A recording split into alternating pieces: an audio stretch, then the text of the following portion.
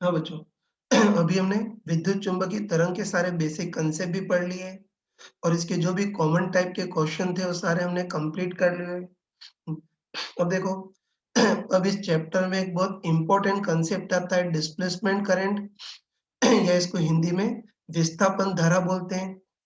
फिर चलो एक बार विस्थापन धारा क्या होती है वो देखते हैं। तो देखते हैं कि ये नॉर्मल धारा से किस टाइप से डिफरेंट होती है वो एक बार देख लेते हैं, ठीक है ना? डिटेल में तो आगे पढ़ेंगे लेकिन थोड़ा-सा डेफिनिशन वाइज़ देख लेते हैं या प्रैक्टिकली देखते हैं कि विस्थापन धारा क्या होती है वो देखते हैं। ठीक है? तो ध्यान रखना तुम कि अभी तक तो पूरी फिज़िक्स में हमने केवल चालक वायर में बहने वाली धारा पढ़ी है ना? ध्यान रखना कि अभी तक तो पूरी फिज़िक्स में हमने चालक वायर में ही बहने वाली धारा पढ़ी है। और ध्यान रखना कि चालक वायर से जो धारा बहती है, उसको तो परफेक्ट शब्दों में कंडक्शन करंट या चालन धारा बोलते हैं, है ना? और ये तो वास्तविक होती है। जो चालन धारा होती है, तो आवेशों की वास्तविक गति के कारण होती है ना? तो तुम अच्छे ध्यान रखना कि अभी तक पूरी फिजिक्स में हमने चालक वायर में बहने वाली धारा पढ़ी है और चालक वायर में जो धारा बहती है, तो वास्तविक होती है, उसको तो चालन धारा या कंडक्शन करंट बोलते हैं ना। तो अभी तक तो हमने केवल चालक वायर में ही धारा पढ़ी है, ठीक है? लेकिन ध्यान रखना कि कई बार ऐसा होता है कि जो खाली भाग होता है या जो रिक्त स्थान होता है, वहां से भी एक आभासी धारा बहती है। जैसे बताओ, संधारित्र की प्लेटों के बीच बिल्कुल रिक्त स्थान होता है ना, है तो ध्यान रखना तुम। सॉरी। फिर ध्यान रखना कि कई बार ऐसा होता है कि समय के साथ परिवर्तनशील विद्युत क्षेत्र के कारण जो खाली भाग है या जो रिक्त स्थान है, वहां भी एक आभासी धारा बहती है ना? तो ध्यान रखना तुम कि समय के साथ परिवर्तनशील विद्युत क्षेत्र के कारण मतलब टाइम वेरिंग विद्युत क्षेत्र के कारण खाली भाग या रिक्त स्थान से जो आभासी धारा बहती है, उसको विस्थापन धारा या डिस्प्लेसमेंट करंट बोलते हैं। ठीक है? तो ध्यान रखना कि जो कंडक्शन करंट होती है वो तो वास्तविक होती है, लेकिन ये जो विस्थापन धारा या डिस्प्लेसमेंट करंट होती है वो वास्तविक धारा नहीं होती, आभासी होती है? तो ये ध्यान रखना तुम। ये तो अच्छे ध्यान रखना कि समय के साथ परिवर्तनशील विद्युत क्षेत्र के कारण खाली स्थान या रिक्त स्थान में एक आभासी या काल्पनिक धारा बहती है, जिसको डिस्प्लेसमेंट करंट बोलते हैं या विस्थापन धारा बोलते हैं, ठीक है? ठीक है? तो ध्यान रखना कि चालन धारा तो वास्तविक होती है, तो आवेश की वास्तविक गति के कारण उत्पन्न होती है, लेकिन जो विस्थापन धारा होती है वो वास्तविक नहीं होती है, आभासी होती है। वो आवेश की वास्तविक गति के कारण उत्पन्न नहीं होती, वो समय के साथ परिवर्तनशील विद्युत क्षेत्र के कारण उत्पन्न होती है, ठीक है? तो उसकी बिल्कुल किताबी डेफिनेशन मैंने यहाँ लिख दी है। ठीक है? तो किताबी शब्दों में ये लिख सकते हैं कि समय के साथ परिवर्तनशील विद्युत क्षेत्र या विद्युत फ्लक्स के कारण रिक्त स्थान या खाली भाग में जो आभासी धारा बहती है, उसको विस्थापन धारा या डिस्प्लेसमेंट करंट बोलते हैं, ठीक है? तो ये तो विस्थापन धारा क्या होती है उसको देख लिया। अब इसको थोड़ा डिटेल में देखते हैं। कई लोग सोचते हैं कि फालतू ये आभासी धारा कहाँ से बीच में आ गई? है ना? तो चलो, अब इस डिस्प्लेसमेंट करंट को हम थोड़ा-सा डिटेल में पढ़ते हैं। हाँ बच्चों, ठीक है? ये तो हमने जस्ट डेफिनेशन ये सब देखी। एक बार थोड़ा डिटेल में देखते हैं कि ये विस्थापन धारा क्या होती है? या काल्पनिक धारा कहाँ से पैदा हो गई? इसको थोड़ा डिटेल में पढ़ते हैं। तो देखो, विस्थापन धारा को समझने के लिए हम चलो आरसी चार्जिंग सर्किट का एग्ज़ाम्पल लेते हैं। ठीक है ना? विस्थापन धारा को समझने के लिए हम आरसी चार्जिंग सर्किट का एग्जांपल लेते हैं, ठीक है? चलो, मान लेते हैं कोई संधारित्र है जिसमें प्लेटों का क्षेत्रफल A है, प्लेटों के बीच दूरी D है और हमको अच्छे पता है कि संधारित्र में प्लेटों के बीच बिल्कुल रिक्त स्थान होता है, मतलब खाली भाग होता है। ठीक है? तो मान लेते हैं ऐसा कोई संधारित्र है जिसकी धारिता C है, इसके साथ R का प्रतिरोध भी लगा दिया और ईएमएफ की बैटरी से भी जोड़ दिया। और चलो, अब मान लेते हैं हमने स्विच ऑन कर दिया। तुमको अच्छे पता है कि बताओ ये सर्किट कौन-सा है? आरसी चार्जिंग सर्किट है ना? तो हम सभी को पता है कि स्विच ऑन करेंगे तो बहने वाला आवेश भी समय के साथ परिवर्तित होगा और संधारित्र पर संचित आवेश भी समय के साथ परिवर्तित होगा, है ना? और संधारित्र वाले पार्ट में पढ़ा था कि अगर आरसी चार्जिंग सर्किट हो तो बहने वाला आवेश या संधारित्र का आवेश समय के साथ किस तरह से चेंज होता है? Q equal to C1 minus e की power minus T by RC. तो कैपेसिटर में पढ़ा था कि आरसी चार्जिंग सर्किट में बहने वाला आवेश या संधारित्र पर संचित आवेश समय के साथ इस तरह से चेंज करता है, ठीक है? है ना? तो बस हम क्लियरली बोल सकते हैं कि आरसी चार्जिंग सर्किट है ना, मतलब इस बार संधारित्र का आवेश समय के साथ चेंज होगा। अब चलो तुम आराम से बताओ कि इस प्लेट पर प्लस क्यू और इस प्लेट पर माइनस क्यू आवेश है। तो बताओ इस प्लस क्यू और माइनस क्यू आवेश के कारण प्लेटों के बीच स्ट्रॉन्ग विद्युत क्षेत्र भी उत्पन्न होता है ना? संधारित्र में पढ़ा था कि इस प्लेट पर प्लस क्यू और इस पर माइनस क्यू आवेश है ना, तो उसके कारण प्लेटों के बीच स्ट्रॉन्ग विद्युत क्षेत्र भी उत्पन्न होता है जिसकी दिशा प्लस से माइनस की ओर होगी। और हमको कॉमन सेंस से पता है कि चार्जिंग प्रोसेस में संधारित्र का आवेश समय के साथ चेंज हो रहा है, तो प्लेटों के बीच विद्युत क्षेत्र भी समय के साथ चेंज करेगा। और यहाँ तक तो हम पढ़ चुके हैं। है तो यहाँ तक तो हम पढ़ चुके हैं कि चार्जिंग प्रोसेस में संधारित्र का आवेश चेंज होगा, तो प्लेटों के बीच विद्युत क्षेत्र भी समय के साथ चेंज करेगा। तो यहाँ तक तो हम संधारित्र वाले चैप्टर में पढ़ चुके हैं, लेकिन अब हम एक कदम और आगे जाते हैं। तो हम सभी को बताएं कि चार्जिंग प्रोसेस में संधारित्र का आवेश समय के साथ चेंज करेगा, तो प्लेटों के बीच विद्युत क्षेत्र भी समय के साथ चेंज करेगा। ठीक है, और ध्यान रखना तुम, है ना, सबसे खतरनाक चीज ये है कि प्लेटों के बीच विद्युत क्षेत्र समय के साथ चेंज करेगा, तो उसके कारण इस पूरे भाग में वृत्ताकार चुंबकीय क्षेत्र भी उत्पन्न होगा। है, तो ध्यान रखना तुम, ये अच्छे ध्यान रखना कि इसमें सबसे खतरनाक, है ना, इसमें सबसे खतरनाक चीज ये है कि बताओ प्लेटों के बीच विद्युत क्षेत्र समय के साथ चेंज करेगा, तो उसके कारण बीच वाले पूरे भाग में वृत्ताकार चुंबकीय क्षेत्र भी उत्पन्न होगा जिसको प्रेरित चुंबकीय क्षेत्र बोलते हैं। ठीक है, तो देखो ये चीज मैंने विद्युत चुंबकीय प्रेरण वाले चैप्टर में बताई थी, है ना, तो याद करके बताओ तुम। सॉरी, ये याद करके बताओ कि विद्युत चुंबकीय प्रेरण के चैप्टर में मैंने तुमको चमका करके बताया था कि अगर कभी भी चुंबकीय क्षेत्र समय के साथ चेंज करे ना, बताया था कि कभी भी चुंबकीय क्षेत्र समय के साथ चेंज करे तो पूरे भाग में ऐसा वृत्ताकार विद्युत क्षेत्र उत्पन्न हो जाता है जिसको प्रेरित विद्युत क्षेत्र बोलते हैं। ये तो बताया था उस टाइम पे कि कभी भी चुंबकीय क्षेत्र समय के साथ चेंज करे तो पूरे भाग में ऐसा वृत्ताकार विद्युत क्षेत्र उत्पन्न हो जाता है जिसको प्रेरित विद्युत क्षेत्र बोलते हैं। तो उसका उल्टा भी तो बोल सकते हैं यार। तुम बताओ, चुंबकीय क्षेत्र टाइम के साथ चेंज करे तो पूरे भाग में वृत्ताकार विद्युत क्षेत्र उत्पन्न होता है जिसको प्रेरित विद्युत क्षेत्र बोलते हैं।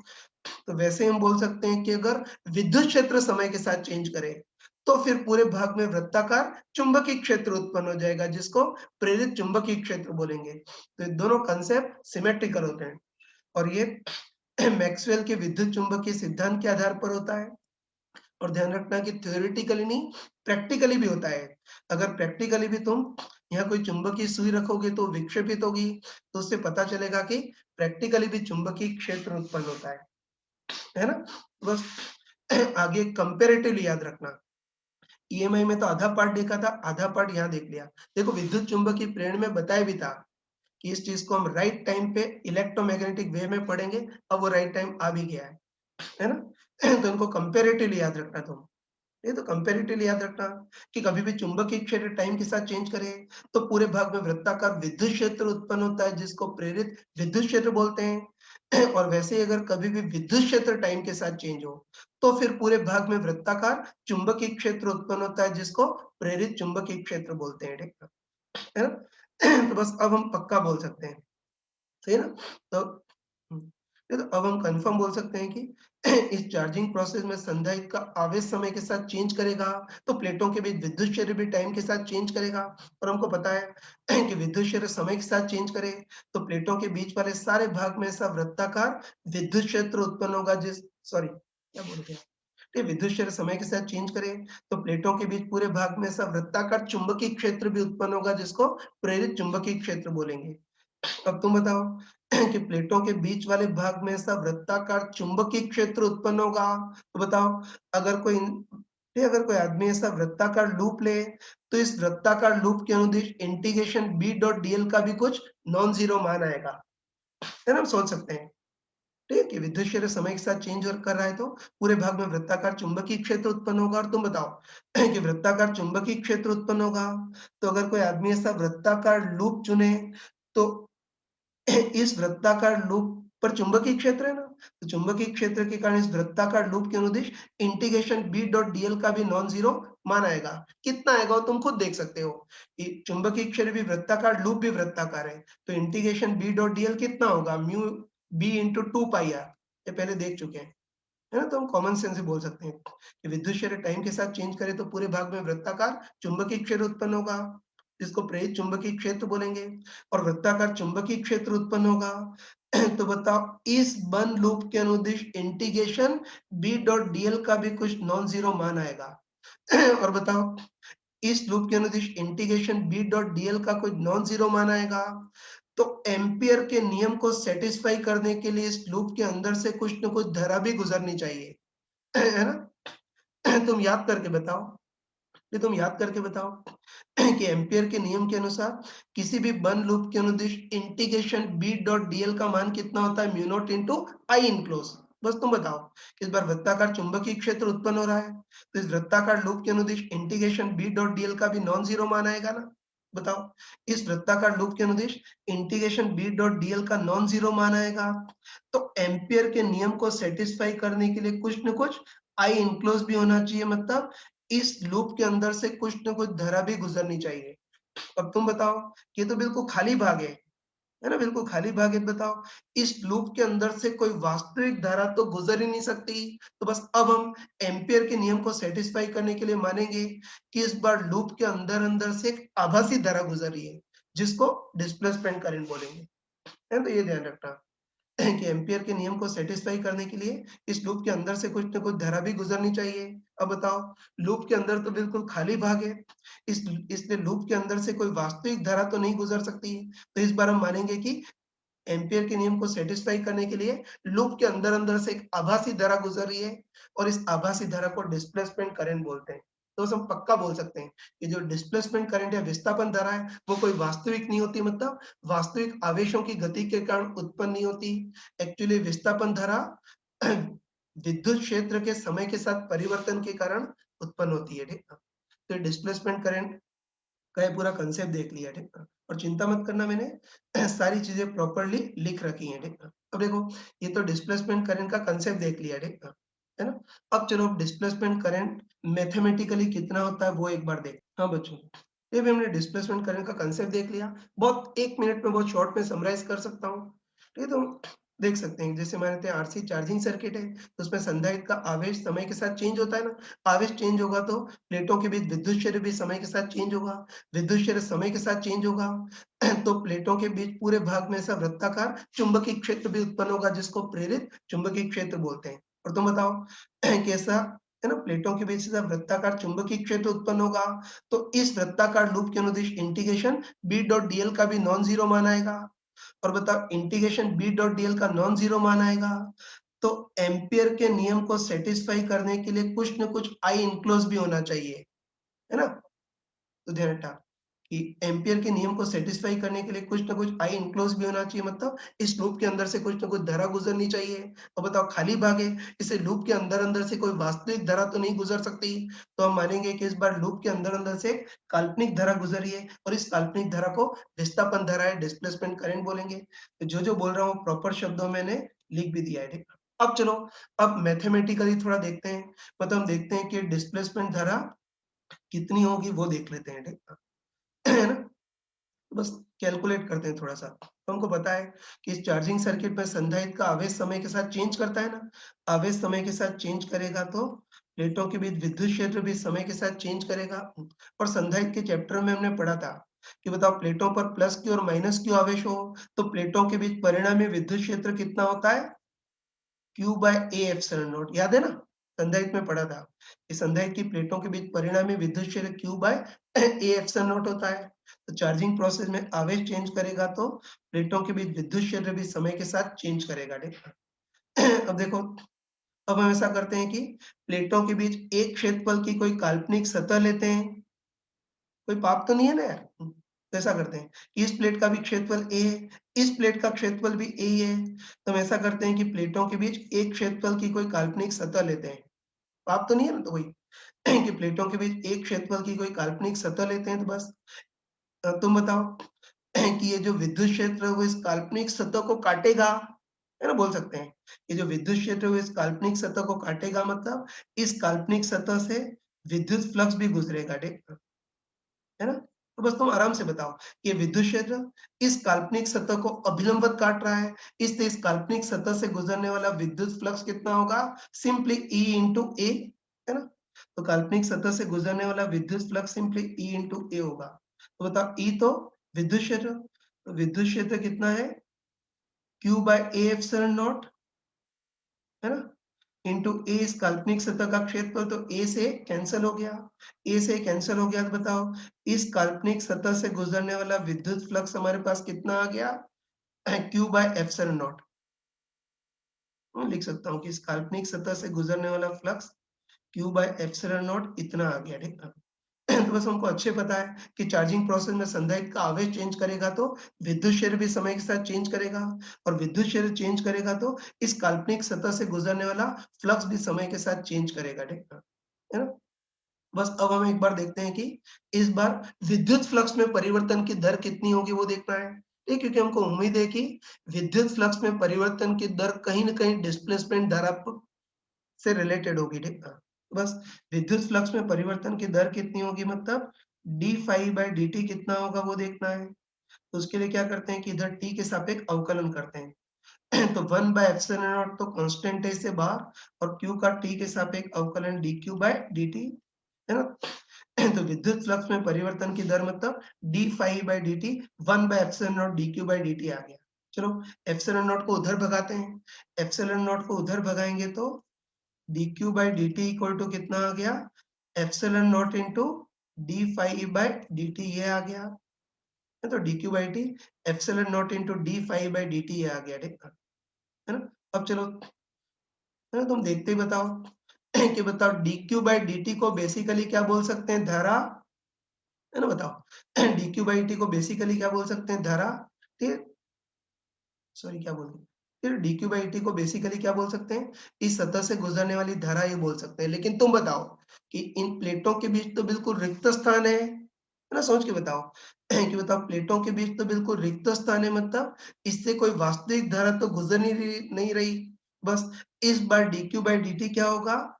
इस खाली भाग से गुजरने वाली काल्पनिक धारा, और इस खाली भाग से गुजरने वाली काल्पनिक धारा को ही विस्थापन धारा बोलते हैं। तो इससे हम बोल सकते हैं कि विस्थापन धारा का mathematical expression epsilon nought into d phi by dt इतना आ गया, ठीक है? तो विस्थापन धारा का मैथमेटिकल एक्सप्रेशन ऐसे निकाला। ठीक है, तो कैसे निकाला? क्लियर? जस्ट 1 मिनट में शॉर्ट में समराइज कर रहा हूँ। ये तो वही चार्जिंग सर्किट में संधारित्र का आवेश चेंज करेगा तो विद्युत क्षेत्र भी चेंज करेगा, और प्लेटों के बीच विद्युत क्षेत्र q by a epsilon nought, है ना? अब चलो ऐसा करते हैं कि एक क्षेत्रफल की काल्पनिक सतह लेते हैं, तो तब विद्युत क्षेत्र इसको काटेगा ना, तो इस सतह से गुजरने वाला विद्युत फ्लक्स E इंटू a, तो ये तो q by a epsilon nought into a से कैंसिल, तो इस काल्पनिक सतह से गुजरने वाला विद्युत flux q by epsilon nought ये हो गया। आवेश चेंज करा तो विद्युत क्षेत्र भी चेंज करेगा, फ्लक्स भी चेंज करेगा। अब विद्युत फ्लक्स में परिवर्तन की दर कितनी होगी, मतलब डी फाई बाई dt देखना है, तो उसके लिए इसका अवकलन कर देंगे। तो बताओ 1 बाय एप्सिलॉन नॉट तो बाहर, और q का t के सापेक्ष अवकलन dq by t, epsilon nought को उधर भगाएंगे तो dq by t epsilon nought into d phi electrical by dt। हम सभी को पता है कि बताओ dq बाई dt क्या होगा? इस सतह से गुजरने वाली धारा, है ना? बोल सकते हैं कि dq बाई टी क्या होगा? इस काल्पनिक सतह से गुजरने वाली धारा। लेकिन तुम बताओ प्लेटों के बीच तो बिल्कुल रिक्त स्थान है ना? प्लेटों के बीच तो बिल्कुल रिक्त स्थान है, तो इस काल्पनिक सतह से कोई वास्तविक धारा तो गुजर ही नहीं सकती। तो बताओ इस बार dq बाई टी क्या होगा? एक रिक्त स्थान से गुजरने वाली काल्पनिक धारा, जिसको डिस्प्लेसमेंट करंट बोलते हैं। तो बताओ डिस्प्लेसमेंट करंट का mathematical formula epsilon nought d phi electrical by dt। तो विस्थापन धारा का मैथमेटिकल फॉर्मूला ये आ गया, ठीक है? तो ध्यान रखना कि अभी तो गधों टाइप से पूरा डिटेल में डिराइव किया है ना, लेकिन आगे डिटेल में डिराइव करने की जरूरत नहीं, आगे इसको याद रखना है ना, उसको ऐसे याद रखना है कि बताओ डिस्प्लेसमेंट धारा उत्पन्न किसके कारण होती है? समय के साथ परिवर्तनशील विद्युत क्षेत्र या विद्युत फ्लक्स में परिवर्तन के कारण उत्पन्न होती है ना, ऐसे ध्यान रखना। ये विस्थापन धारा उत्पन्न किसके कारण होती है? विद्युत क्षेत्र में परिवर्तन या विद्युत फ्लक्स में परिवर्तन के कारण उत्पन्न होती है। इसलिए डिस्प्लेसमेंट करंट विद्युत फ्लक्स में परिवर्तन की दर के समानुपाती होगी, और साथ में कांस्टेंट कौन सा आएगा? Epsilon nought. तो बस विस्थापन धारा epsilon nought into d phi by d t, ये विस्थापन धारा इतनी हमारे पास आ गई। देखना तो ध्यान रखना, ये विस्थापन धारा का एक्सप्रेशन आ गया और चिंता मत करना, जो-जो बोल रहा हूँ, वो मैंने प्रॉपर शब्दों में लिख दिया है, ठीक ना? है ना? तो आगे डिस्प्लेसमेंट धारा के बारे में याद रखना, है ना? पूरे डेरिवेशन करने की ज़रूरत नहीं है, ऐसे याद रखना। कोई दिमाग कंप्यूटर तो नहीं है जो तुरंत दिमाग में आ जाएगा, ऐसे याद रखना कि बताओ डिस्प्लेसमेंट धारा उत्पन्न किसके कारण होती है? विद्युत क्षेत्र या विद्युत फ्लक्स के समय के साथ परिवर्तन के कारण उत्पन्न होती है ना? तो बस इसलिए जो डिस्प्लेसमेंट धारा है वो विद्युत फ्लक्स में परिवर्तन की दर मतलब डी फाई बाई dt के समानुपाती होगी और साथ में जो कांस्टेंट आता है वो एप्सिलॉन नॉट आता है, ये ध्यान रखना है। एक और चीज़, इसको विस्थापन धारा नाम क्यों दिया गया वो देखना। वैसे तो नाम बहुत गंदा रखा है, लेकिन विस्थापन धारा क्यों नाम दिया गया वो देखना। ये तो हमको अच्छे पता है कि विस्थापन धारा हमको अच्छे पता है कि विस्थापन धारा उत्पन्न क्यों होती है? विद्युत क्षेत्र के समय के साथ परिवर्तन के कारण उत्पन्न होती है और विद्युत क्षेत्र का समय के साथ जो परिवर्तन है, उसको मैक्सवेल क्या बोलता था? विद्युत क्षेत्र का विस्थापन बोलता था। ठीक है ना? ध्यान रखना कि विद्युत क्षेत्र का समय के साथ जो परिवर्तन है उसको मैक्सवेल अपने शब्दों में विद्युत क्षेत्र का विस्थापन बोलता था। तो बस हम बोल सकते हैं कि चूँकि एक काल्पनिक धारा विद्युत क्षेत्र के समय के साथ परिवर्तन के कारण मतलब विद्युत क्षेत्र के विस्थापन के कारण उत्पन्न हुई है, इसीलिए इसको विस्थापन धारा नाम दिया गया। तो मैक्सवेल ने काम तो बहुत अच्छे किए हैं लेकिन शब्द बहुत खराब सिलेक्ट किए हैं। ठीक है? तो डिस्प्लेसमेंट करंट हमने पढ़ ली, है ना? Epsilon nought into d phi by d t ये आ गई ठीक है, सही है ना? तो डिस्प्लेसमेंट करंट का सारा कंसेप्ट पढ़ लिया, है ना? और अब हम प्रैक्टिकल शब्दों में ये बोल सकते हैं, है ना? डरना मत। हम प्रैक्टिकल शब्दों में ये बोल सकते हैं कि जहाँ भी चालक वायर होगा, वहाँ से तो धारा सॉरी जहाँ भी चालक वायर होगा, चालक वायर से तो धारा कौन-सी गुज़रेगी? चालन या कंडक्शन धारा गुज़रेगी जो कि वास्तविक होती है, लेकिन जहाँ भी खाली भाग है वहाँ डिस्प्लेसमेंट करंट बहेगी। ये तो आगे कंपैरेटिवली याद रखना, कि चालक वायर से बहने वाली धारा तो वास्तविक होती है जिसको कंडक्शन करंट बोलते हैं, लेकिन खाली भाग या रिक्त स्थान से जो धारा बहती है वो वास्तविक नहीं, आभासी होती है उसको डिस्प्लेसमेंट करंट बोलते हैं। ठीक है? बस इस डिस्प्लेसमेंट करंट के आधार पर मैक्सवेल ने एम्पीयर के नियम को मॉडिफाई किया। है तो डिस्प्लेसमेंट धारा के आधार पर मैक्सवेल ने एम्पीयर के नियम को मॉडिफाई किया। कैसे मॉडिफाई किया वो देखना। ठीक है? तो ध्यान रखना कि मैक्सवेल के पहले तो ध्यान रखना कि मैक्सवेल के पहले वाले टाइम में तो एम्पीयर का नियम क्या चलता था कि किसी भी बंद लूप के अनुदिश integration B dot dl equal to mu nought into I enclose, है ना? और आई इनक्लोज लोग क्या लेते थे? है ना? इसमें आई इनक्लोज लोग क्या लेते थे? उस काल्पनिक लूप से के अंदर से गुजरने वाली कंडक्शन करंट ये लेते थे। ठीक है? ध्यान रखना कि मैक्सवेल के पहले लोग ये करते थे कि किसी भी बंद लूप के अनुदिश integration B dot dl equal to mu nought into I enclose, जब आई इनक्लोज क्या होगा? उस लूप से गुजरने वाली वास्तविक धारा मतलब उस लूप से गुजरने वाली कंडक्शन धारा, यही लोग यूज करते थे। ठीक है?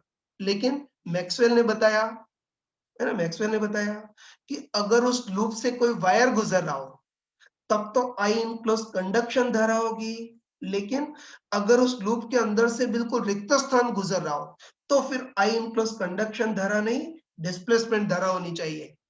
ये तो ध्यान रखना है तो कि मैक्सवेल ने बताया कि integration B dot dl equal ये मैक्सवेल ने बताया कि एम्पीयर का नियम integration B dot dl equal to mu nought into I enclose सही तो है, बस एक ही सावधानी रखना कि अगर उस लूप के अंदर से अगर कोई वायर गुजर रहा हो तो आई इनक्लोज वास्तविक धारा मतलब कंडक्शन धारा होनी चाहिए और उस लूप के अंदर से अगर कोई रिक्त स्थान गुजर रहा हो तो फिर आई इनक्लोज डिस्प्लेसमेंट धारा होनी चाहिए। ठीक है?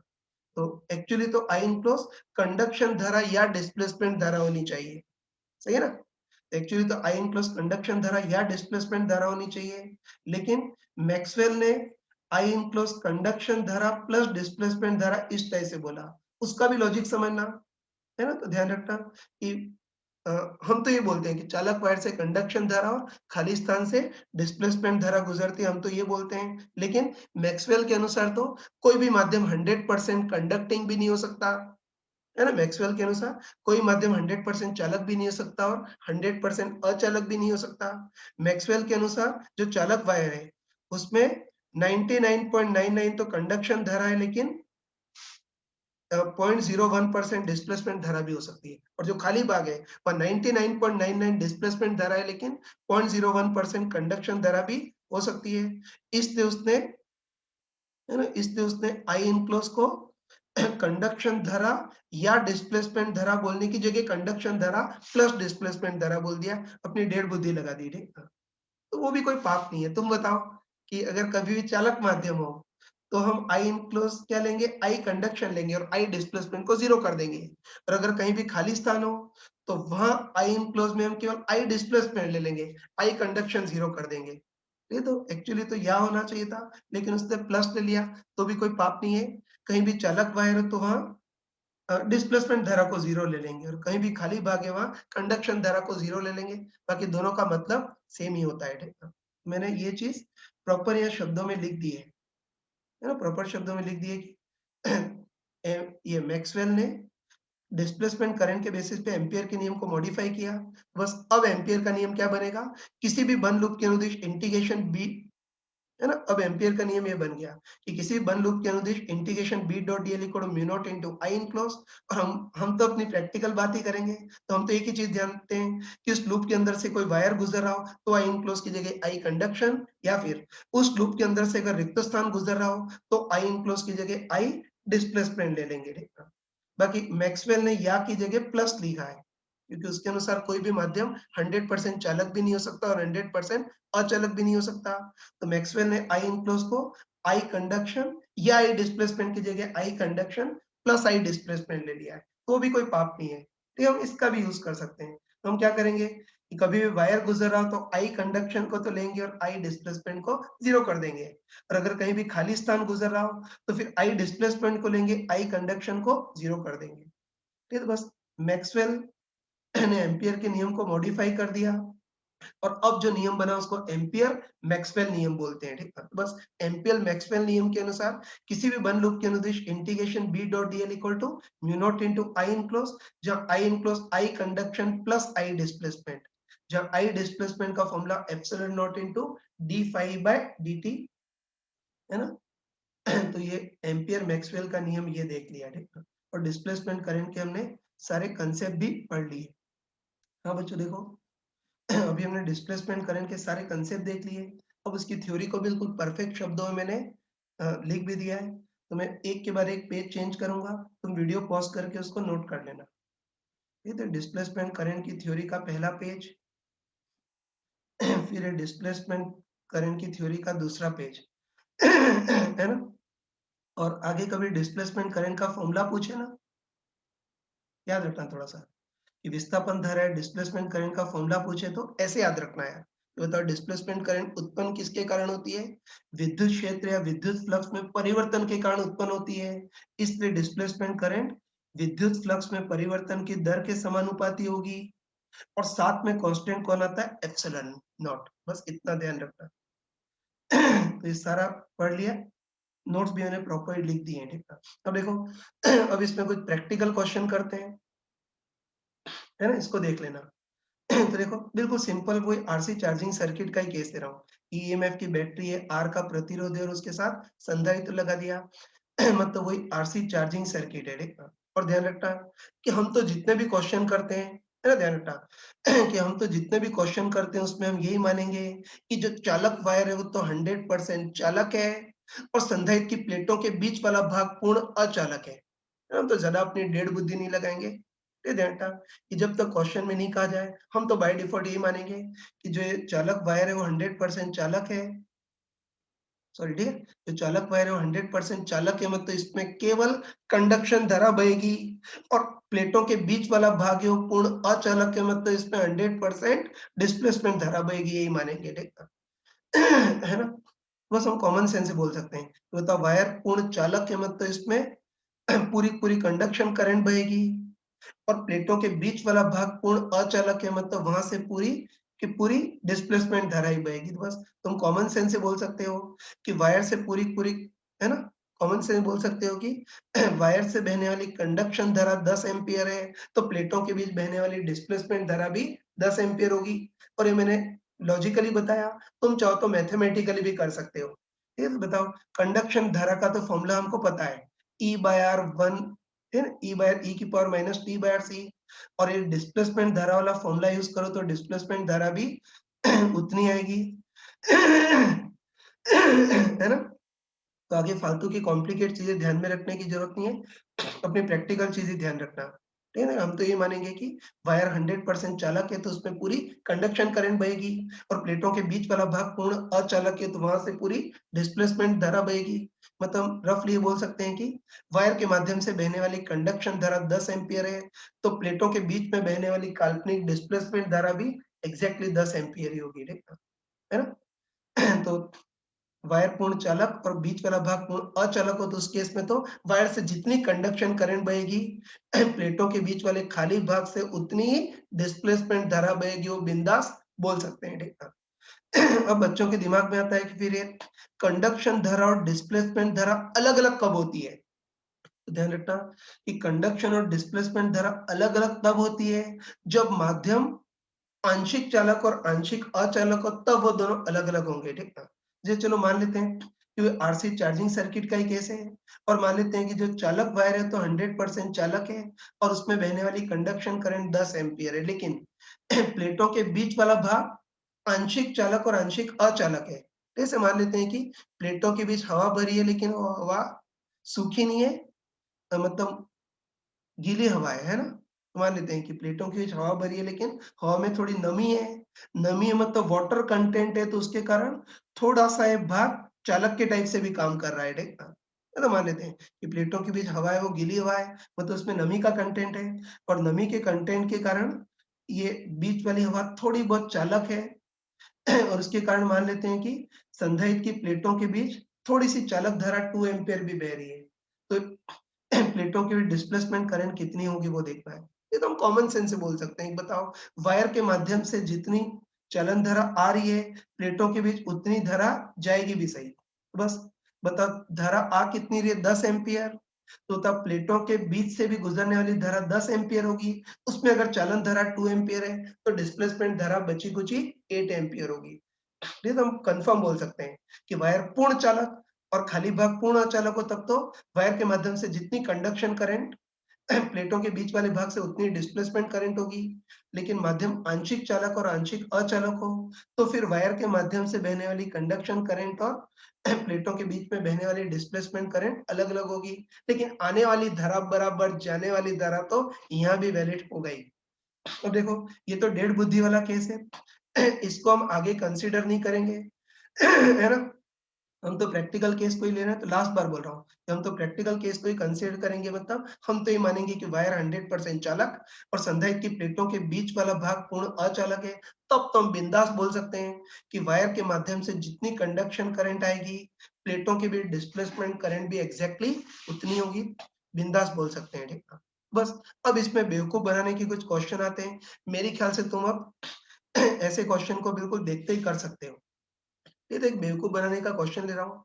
जैसे वही आरसी चार्जिंग सर्किट है, ईएमएफ की बैटरी है, आर का प्रतिरोध है और सी का संधारित्र है। ये तो हमको डराने के लिए पूछा है कि किसी भी जनरल टी समय पर प्लेटों के बीच बहने वाली डिस्प्लेसमेंट करंट कितनी होगी वो देखना है। तो गधे लोग तो ये पूरा डिटेल थ्योरी लगाएँगे और पूरा एग्ज़ाम ही उड़ जाएगा उनका, है ना? बाकी हम स्मार्ट ही बोल सकते हैं, ठीक है? तो हमको प्रैक्टिकल चीज़ पता है। हमको अच्छे पता है कि जो चालक वायर है उसको हम 100% चालक मानते हैं।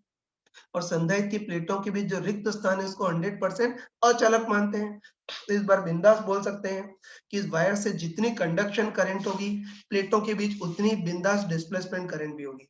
बस वायर से बहने वाली कंडक्शन करंट देखते हैं तो वो तो हमने संधारित्र वाले पोर्शन में पढ़ा था। ये हमको पता है कि आरसी चार्जिंग सर्किट है, तो वायर से बहने वाली कंडक्शन करंट तो कितनी होती है? E बाय R e की power minus T by C। तो बिना डरे बिंदास बोल सकते हैं कि वायर से गुजरने वाली कंडक्शन धारा इतनी है, तो संधारित्र की प्लेटों के बीच बहने वाली डिस्प्लेसमेंट करंट भी उतनी होगी, E बाय R e की power minus T by RC बिंदास बोल सकते हैं। है ना? अब देखो ये नीट में एक क्वेश्चन आया था डराने के लिए और कई बच्चे डर भी गए थे। ये देखो जैसे इस बार प्रत्यावर्ती सर्किट का केस दे रहा हूँ। जैसे इस बार प्रत्यावर्ती स्रोत है, इसका voltage V equal to V तुम आंसर देने का ट्राई करना, देखते हैं कितनी स्मार्टनेस है। तो ये प्रत्यावर्ती स्रोत है जिसका वोल्टेज चलो V equal to V nought sine omega T के डाई से चेंज कर रहा है इसके साथ R का प्रतिरोध और C का संधारित्र लगा दिया है बस हमको डराने के लिए पूछा है इस संधारित्र की प्लेटों के बीच बहने वाली डिस्प्लेसमेंट धारा का आयाम कितना होगा वो देखना है। कई लोग तो डर जाते हैं, पता नहीं क्या हो रहा है ना? लेकिन हम बिल्कुल डरते नहीं है। हमको अच्छे पता है कि हम वायर को 100% चालक और प्लेटों के बीच के रिक्त स्थान को पूर्ण अचालक मानते हैं। तो बस वायर से बहने वाली कंडक्शन करंट जितनी होगी, प्लेटों के बीच डिस्प्लेसमेंट करंट भी उतनी होगी। तो बस डिस्प्लेसमेंट करंट का आयाम पूछा है। मतलब इनडायरेक्टली उन्होंने वायर से बहने वाली कंडक्शन करंट का आयाम पूछा है। बस वो तो निकाल सकते हैं ना। हमको अच्छे पता है कि प्रतिरोध का प्रभावी प्रत्यावर्ती सर्किट है ना यार। तो प्रतिरोध का प्रभावी प्रतिरोध R, संधारित्र का प्रभावी प्रतिघात 1/c ओमेगा। तो इन दोनों का परिणामी root R square plus 1/c omega का स्क्वायर। तो बस बताओ, वायर में बहने वाली कंडक्शन धारा का आयाम कितना होगा? वोल्टेज का आयाम V0 अपन रास्ते की कुल प्रतिबाधा root of R square plus 1/c omega का स्क्वायर। बस बिंदास बोल सकते हैं कि वायर से बहने वाली कंडक्शन धारा का आयाम इतना है, तो संधारित्र की प्लेटों के बीच बहने वाली काल्पनिक डिस्प्लेसमेंट धारा का भी आयाम बिंदास उतना ही होगा। इतना क्लियर बताने के बाद भी कई मूर्ख लोग पूछते हैं कि ये दोनों अलग-अलग कब होंगे, तो वो क्लियरली बताया था कि अलग-अलग कब होंगे, जब संधारित्र के बीच वाला भाग आंशिक चालक और आंशिक अचालक हो तो फिर ये दोनों डिफरेंट होंगे।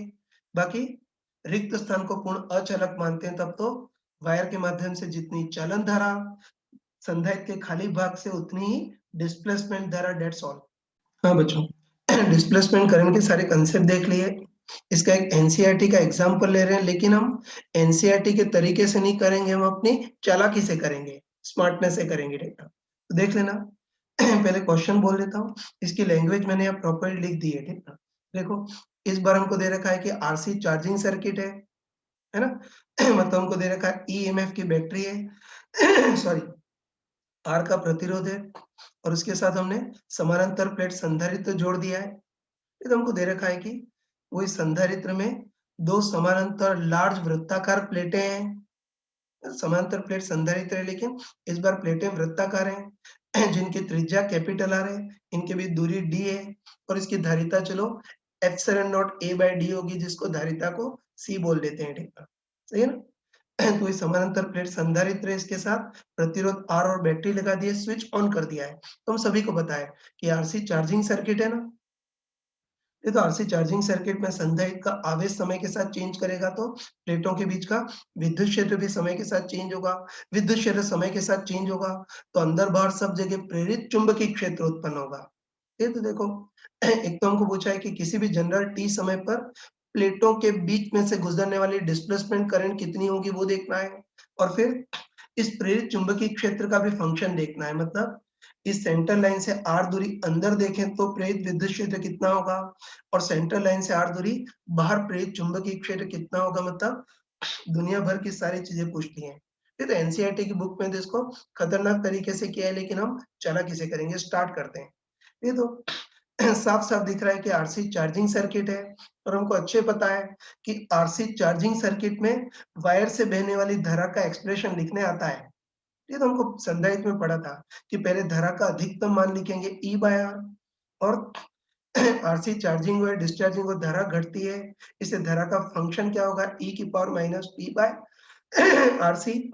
और हमको पता है कि वायर से गुजरने वाली जो वास्तविक धारा उसको कंडक्शन करंट बोलते हैं, है ना? वायर से गुजरने वाली वास्तविक धारा को शुद्ध शब्दों में कंडक्शन करंट बोलते हैं। तो किसी भी टी समय पर इस वायर से गुजरने वाली कंडक्शन करंट तो E बाय E की power minus T by RC होगी। बस हम डायरेक्ट बोल सकते हैं कि बताओ, वायर को 100% चालक मानते हैं और प्लेटों के बीच वाले खाली भाग को 100% अचालक मानते हैं। तो बस यहाँ भी बिंदास बोल सकते हैं कि इस वायर के माध्यम से जितनी चालन धारा बहेगी, प्लेटों के बीच के खाली भाग से उतनी ही डिस्प्लेसमेंट करंट होगी।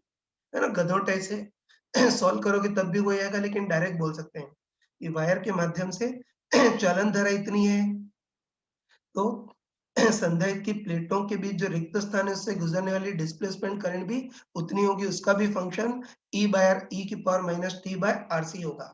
और हम कॉमन है ना, तो उस वायर से बहने वाली कंडक्शन करंट इतनी है, तो संधारित्र की प्लेटों के बीच से गुजरने वाली डिस्प्लेसमेंट करंट भी उतनी होगी। है ना? और हमको अच्छे पता है कि जो भी डिस्प्लेसमेंट करंट होगी वो पूरे क्रॉस सेक्शन क्षेत्रफल से बिल्कुल यूनिफॉर्मली गुजरेगी, है ना? कॉमन सेंस बोल सकते हैं कि जो भी डिस्प्लेसमेंट करंट है वो पूरे क्रॉस सेक्शन से बिल्कुल समान रूप से गुजरेगी। तो बस प्लेटों के बीच से गुजरने वाली डिस्प्लेसमेंट करंट भी उतनी होगी। अब आगे की कहानी पता है कि संधारित्र का आवेश चेंज हो रहा है तो विद्युत क्षेत्र भी चेंज करेगा। विद्युत क्षेत्र चेंज करेगा तो पूरे भाग में वृत्ताकार चुंबकीय क्षेत्र उत्पन्न होगा जिसको प्रेरित चुंबकीय क्षेत्र बोलेंगे। तो बस सेंटर लाइन से r दूरी अंदर प्रेरित विद्युत क्षेत्र और सॉरी क्या बोल गया? सेंटर लाइन से r दूरी अंदर प्रेरित चुंबकीय क्षेत्र और बाहर प्रेरित चुंबकीय क्षेत्र कितना होगा वो देखना है। तो वैसे तो इसको कर सकते हो कि बताओ इस वाले फॉर्मूले से डिस्प्लेसमेंट करंट का एक्सप्रेशन निकालो, फिर एम्पीयर के नियम से अंदर और बाहर प्रेरित चुंबकीय क्षेत्र निकाल सकते हो, घिसने का शौक हो तो निकाल सकते हो, लेकिन हम तो चालाकी से करेंगे। ये तो हमको पता है कि वायर से बहने वाली कंडक्शन करंट इतनी है, तो प्लेटों के बीच से गुजरने वाली डिस्प्लेसमेंट करंट भी उतनी होगी, है ना? और हम बोल सकते हैं कि विद्युत क्षेत्र बिल्कुल समरूप होता है ना? बताओ, विद्युत क्षेत्र समरूप होता है, तो जो डिस्प्लेसमेंट करंट होगी वो भी बिल्कुल समरूप होगी, मतलब जो भी डिस्प्लेसमेंट करंट है वो इस क्रॉस सेक्शन क्षेत्रफल से बिल्कुल समान रूप से गुजरेगी। तो बताओ प्लेटों के बीच वाला भाग किसके सिमिलर हो गया? धारावाही ठोस सिलेंडर के सिमिलर हो गया। तुम बताओ ना यार, ये तो बोल सकते हैं कि विद्युत क्षेत्र समरूप है तो जो डिस्प्लेसमेंट करंट होगी वो भी पूरे क्रॉस सेक्शन क्षेत्रफल से समरूप गुजरेगी। और बताओ डिस्प्लेसमेंट करंट समरूप गुजरेगी इसलिए इस बार प्लेटों के बीच वाला भाग किसके तुल्य है? अनंत लंबाई के धारावाही अनंत लंबाई के ठोस धारावाही चालक वायर के सिमिलर है। तुम बताओ कि अनंत लंबाई का जो ठोस धारावाही वायर होता है, पढ़ा था ना? वही कि अनंत लंबाई का ठोस धारावाही वायर होता है उसमें कंडक्शन करंट बिल्कुल यूनिफॉर्म होती है, वैसे इस बार डिस्प्लेसमेंट करंट समरूप है ना? बोल सकते हैं। जैसे अनंत लंबाई का जो ठोस धारावाही वायर होता है, उसमें कंडक्शन करंट क्रॉस सेक्शन से समान रूप से गुजरती है, वैसे इस बार जो खाली भाग है वहाँ डिस्प्लेसमेंट करंट क्रॉस सेक्शन से समान रूप से गुजरी है। मतलब कंफर्म बोल सकते हैं कि इस बार, है ना? इस बार प्लेटों के बीच वाला भाग अनंत लंबाई के धारावाही ठोस चालक वायर के सिमिलर है। बस चुंबकीय क्षेत्र, है ना? प्रेरित चुंबकीय क्षेत्र का फॉर्मूला भी ठोस धारावाही चालक वायर के सिमिलर आएगा। चलो सबसे पहले हमको देखना है कि सेंट्रल लाइन से r दूरी अंदर प्रेरित चुंबकीय क्षेत्र कितना होगा। बस ये वाला केस ठोस वायर के सिमिलर है ना? तो बताओ ठोस वायर के कारण अंदर चुंबकीय क्षेत्र कितना होता है? अ, है ना? हमको पता है ठोस वायर के कारण अंदर चुंबकीय क्षेत्र r के समानुपाती होता है और कितना होता है? Mu naught I upon 2 pi r square into small r। तो वैसे ही यहाँ भी, है ना? यहाँ भी r दूरी अंदर वाले बिंदु पर प्रेरित चुंबकीय क्षेत्र का भी एक्सप्रेशन बिंदास वही होगा, mu naught I upon 2 pi r square into small r। बस एक ही डिफरेंस है कि ठोस सिलेंडर में I जो होती है वो कंडक्शन करंट होती है और इसमें I डिस्प्लेसमेंट करंट होगी, जिसका एक्सप्रेशन ये वाला होगा। ठीक है? तो ये स्मार्टनेस है यार, है ना? कि डिस्प्लेसमेंट करंट भी समरूप तरीके से गुजर रही थी, है ना? और जो ठोस सिलेंडर होता है उसमें कंडक्शन करंट भी समान रूप से गुजरती है, तो एम्पीयर के नियम का जो डेरिवेशन है बिल्कुल वही का वही चलेगा। बस, है ना? बस जो कंडक्शन करंट है उसकी जगह डिस्प्लेसमेंट करंट आ जाएगा, तो बस हम पक्का बोल सकते हैं कि r दूरी अंदर, है ना? कोई अगर धारावाही ठोस सिलेंडर हो तो r दूरी अंदर चुंबकीय क्षेत्र mu naught I upon 2 pi r square into small r होता है। तो वैसे ही इस बार भी r दूरी अंदर प्रेरित चुंबकीय क्षेत्र का भी expression mu naught I upon 2 pi r square into small r ही होगा। बस I कंडक्शन करंट की जगह I बीच वाले भाग से गुजरने वाली कुल डिस्प्लेसमेंट करंट होगी, जिसका एक्सप्रेशन ये वाला है। उसके बाद, है ना? ये तो किसके लिए? अंदर वाले बिंदु के लिए, मतलब r less than equal to capital R। वैसे ही सतह पर भी देख सकते हैं ना, तो हमको सतह पर भी देख सकते हैं, मतलब r equal to capital R पे देखना है तो हमको पता है कि r equal to capital R पर चुंबकीय क्षेत्र अधिकतम होता है। तो r equal to capital R पे मतलब सतह पर प्रेरित चुंबकीय क्षेत्र भी अधिकतम होगा और कितना होगा? Mu naught I upon 2 pi capital R होगा, I की जगह डिस्प्लेसमेंट करंट। और बाहर देखनी है मतलब कहाँ लिखूँ यार, जगह ही कम पड़ रही है, यहाँ लिख देता हूँ। अब बाहर देखना है मतलब केंद्र से r दूरी बाहर चुंबकीय क्षेत्र देखना है, तो हमको पता है कि ठोस सिलेंडर में बाहर तो चुंबकीय क्षेत्र mu naught I upon 2 pi small r होता है, तो वैसे ही यहाँ भी बाहर चुंबकीय क्षेत्र mu naught I upon 2 pi small r होगा, बस I की जगह डिस्प्लेसमेंट करंट होगी। ग्राफ भी बिल्कुल वैसा ही होगा। ठीक है? जैसे वही हमको देखना है कि इस वृत्ताकार भाग में प्रेरित चुंबकीय क्षेत्र, ये आर के साथ कैसे चेंज करेगा उसका ग्राफ बनाना है। और ग्राफ बिल्कुल ठोस सिलेंडर जैसा होगा। जैसे ठोस सिलेंडर के कारण अक्ष पर चुंबकीय क्षेत्र 0 होता है, वैसे अक्ष पर प्रेरित चुंबकीय क्षेत्र भी 0 होगा। ठोस सिलेंडर के कारण अंदर चुंबकीय क्षेत्र रेखीय रूप से बढ़ता है, वैसे इस बार इस भाग के अंदर प्रेरित चुंबकीय क्षेत्र रेखीय रूप से मतलब R के समानुपाती रूप से बढ़ेगा। सतह पर प्रेरित चुंबकीय क्षेत्र मैक्सिमम होगा और mu naught I upon 2 pi capital R, और बाहर है ना, बाहर प्रेरित चुंबकीय क्षेत्र आर के व्युत्क्रमानुपाती रूप से बढ़ेगा। बाकी एनसीईआरटी के तरीके से करो तब भी आंसर वही आएगा, लेकिन हम स्मार्ट तरीके से करें। अब एक और चीज रह गई कि प्रेरित चुंबकीय क्षेत्र की दिशा, तो वो भी आराम से निकाल सकते हैं। तुम आराम से बताओ कि कंडक्ट है ना, इस वायर से बहने वाली कंडक्शन करंट आगे की ओर है, तो प्लेटों के बीच में जो डिस्प्लेसमेंट करंट होगी वो भी आगे की ओर होगी। बोल सकते हैं ना कि कंडक्शन करंट आगे की ओर है, तो प्लेटों के बीच में से जो डिस्प्लेसमेंट करंट होगी वो भी आगे की ओर होगी।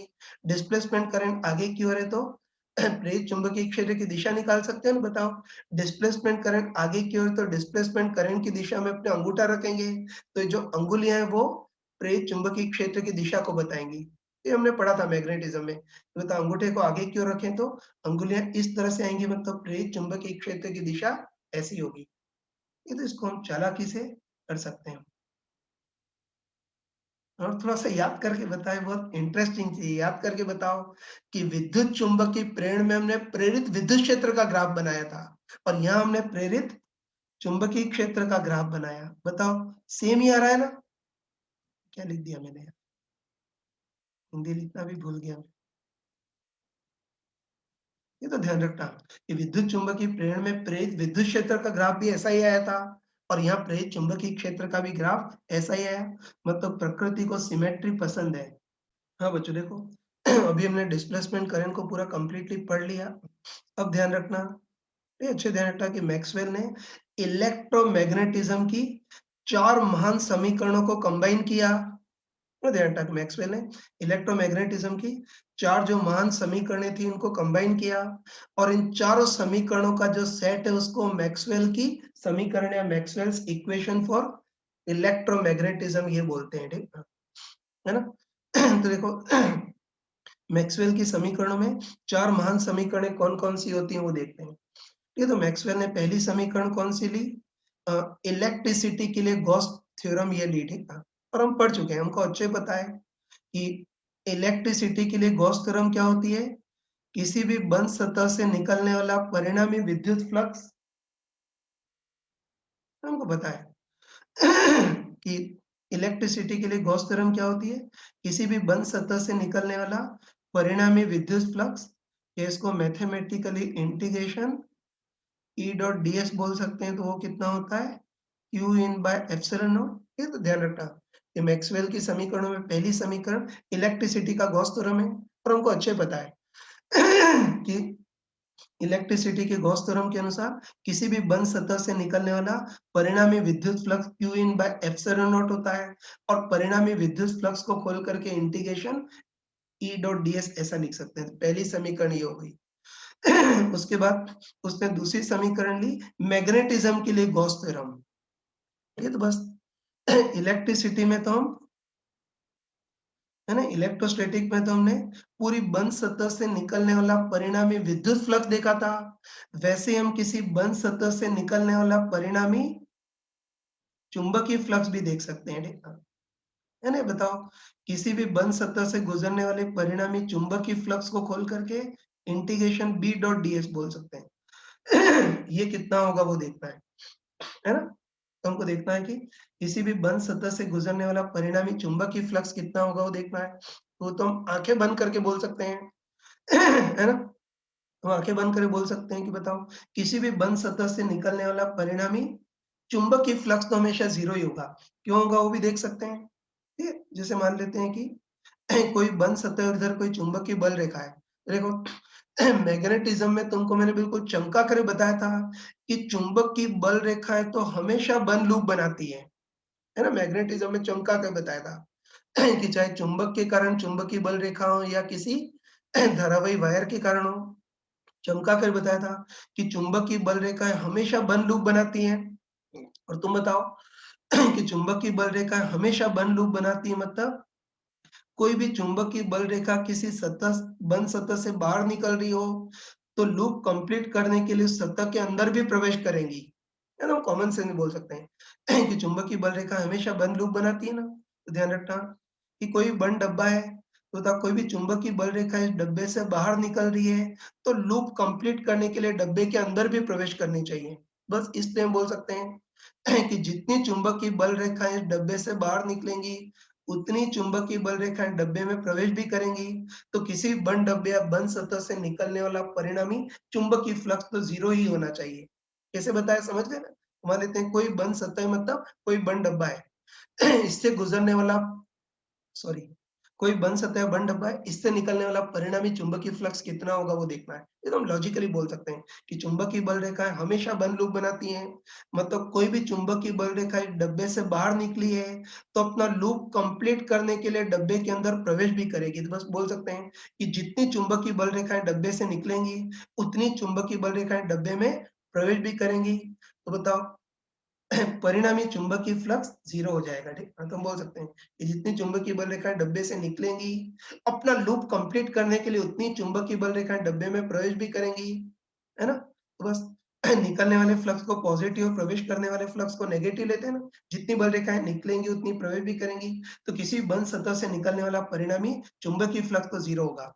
तो दूसरी समीकरण मैग्नेटिज़्म के लिए गॉस थ्योरम, तो मैग्नेटिज़्म के लिए गॉस थ्योरम क्या होगी? किसी भी बंद सतह से निकलने वाला परिणामी चुंबकीय फ्लक्स तो 0 होगा। ये मैग्नेटिज़्म के लिए गॉस थ्योरम ये हो गई, ठीक है। उसके बाद मैक्सवेल ने तीसरी समीकरण कौन-सी ली? फैराडे का नियम, है ना? तीसरी समीकरण फैराडे का नियम से ली। ये तो हमको अच्छे पता है। हुँ, ये हमको अच्छे पता है कि फैराडे के नियम के अनुसार किसी भी बंद लूप में उत्पन्न परिणामी ईएमएफ कितना होता है? फ्लक्स में परिवर्तन की दर के बराबर होता है मतलब d phi magnetic by dt के बराबर होता है।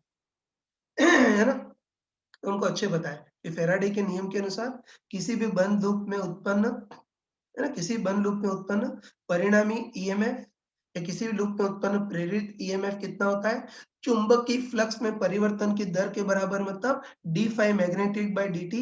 लेकिन साथ में लेंज के नियम के अनुसार ये प्रेरित ईएमएफ फ्लक्स परिवर्तन का अपोज़ करता है, इसलिए माइनस भी लिखना पड़ेगा। है ना?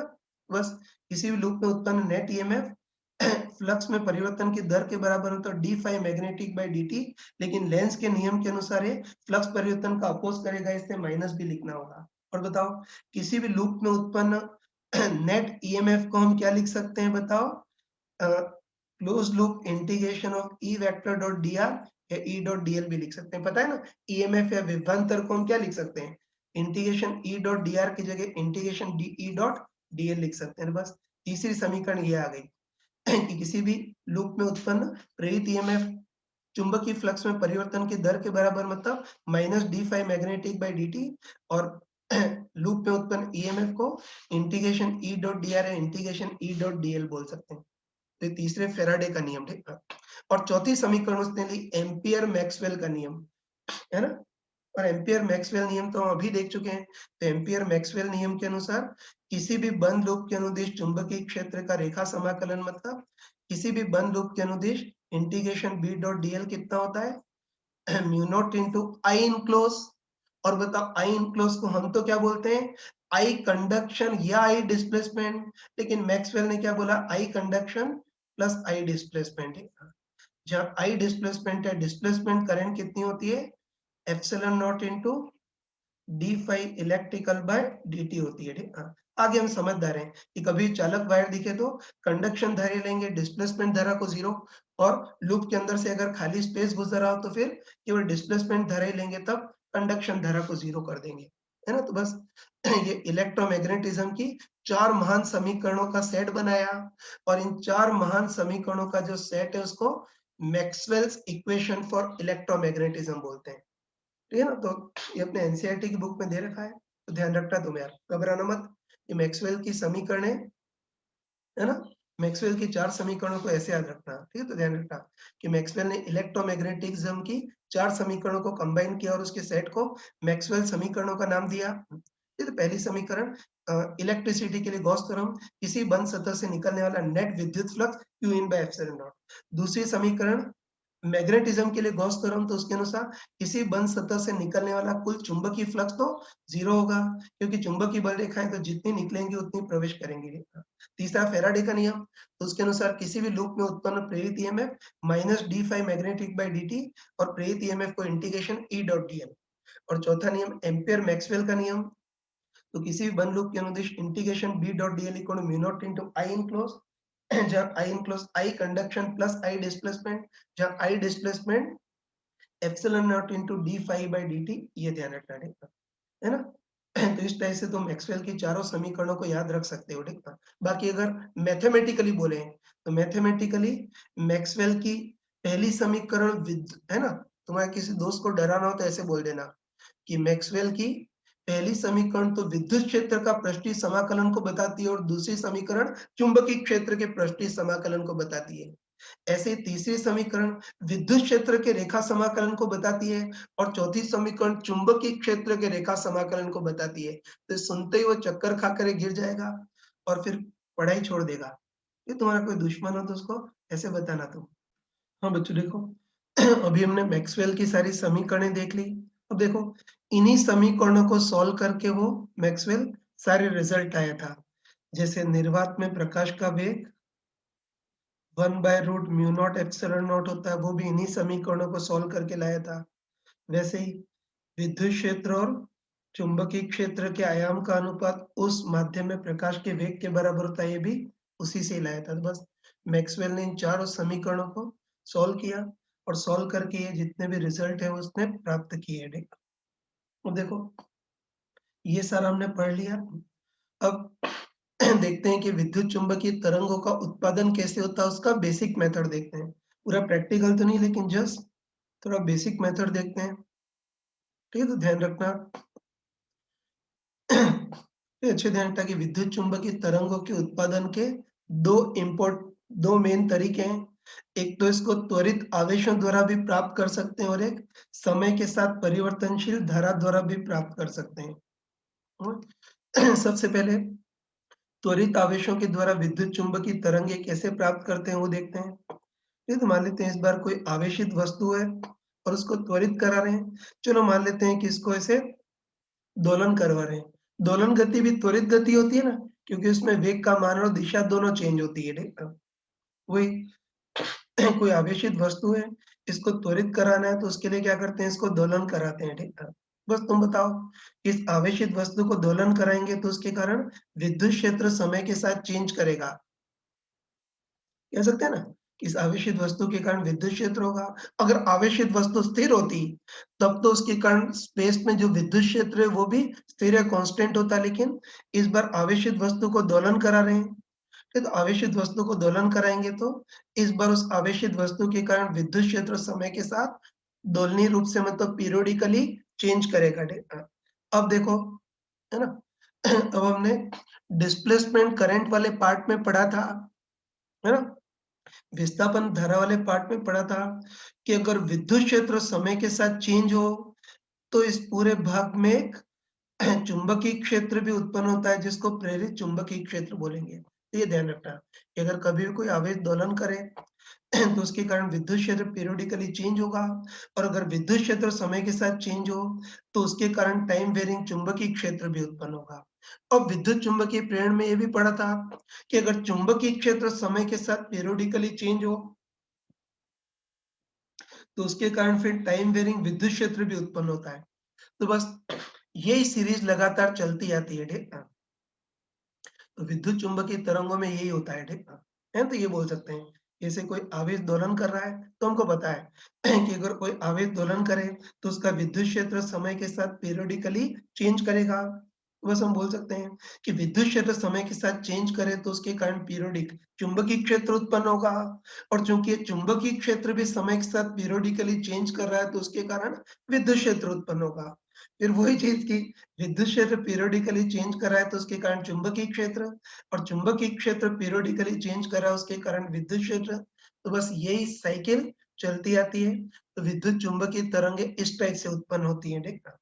सही है ना? तो ये थोड़ा ध्यान रखना है। ऐसे ही विद्युत चुम्बकीय तरंगें उत्पन्न करने का दूसरा तरीका क्या है कि धारा को समय के साथ चेंज करो। जैसे मान लेते हैं कि किसी वायर में बहने वाली धारा को समय के साथ चेंज करें, जैसे एलसी ऑस्किलेटरी सर्किट ही है।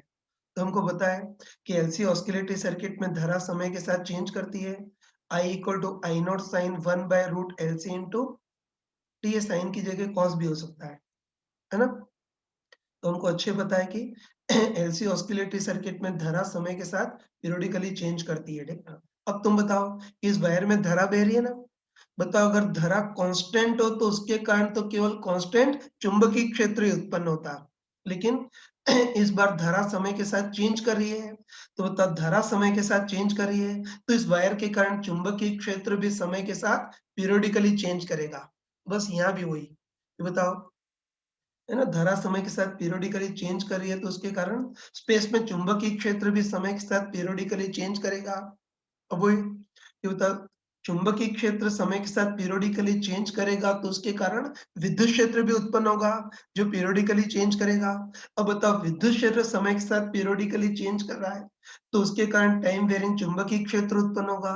टाइम वेरिंग चुंबकीय क्षेत्र के कारण विद्युत क्षेत्र, और टाइम वेरिंग विद्युत क्षेत्र के कारण चुंबकीय क्षेत्र। तो बस यही प्रोसेस लगातार चलता रहता है ना?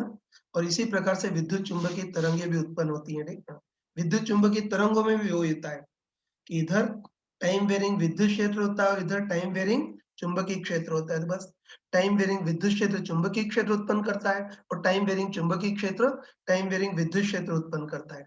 और बस यही चीज़ स्पेस में प्रोपेगेट करती है। इसी को हम विद्युत चुम्बकीय तरंग बोलते हैं। ठीक है, तो वैसे तो विद्युत चुम्बकीय तरंगों के उत्पादन के बहुत सारे तरीके हैं, लेकिन सबसे बेसिक तरीका ये है कि त्वरित आवेशों द्वारा भी और समय के साथ परिवर्तनशील धारा के कारण भी विद्युत चुम्बकीय तरंगें उत्पन्न कर सकते हैं।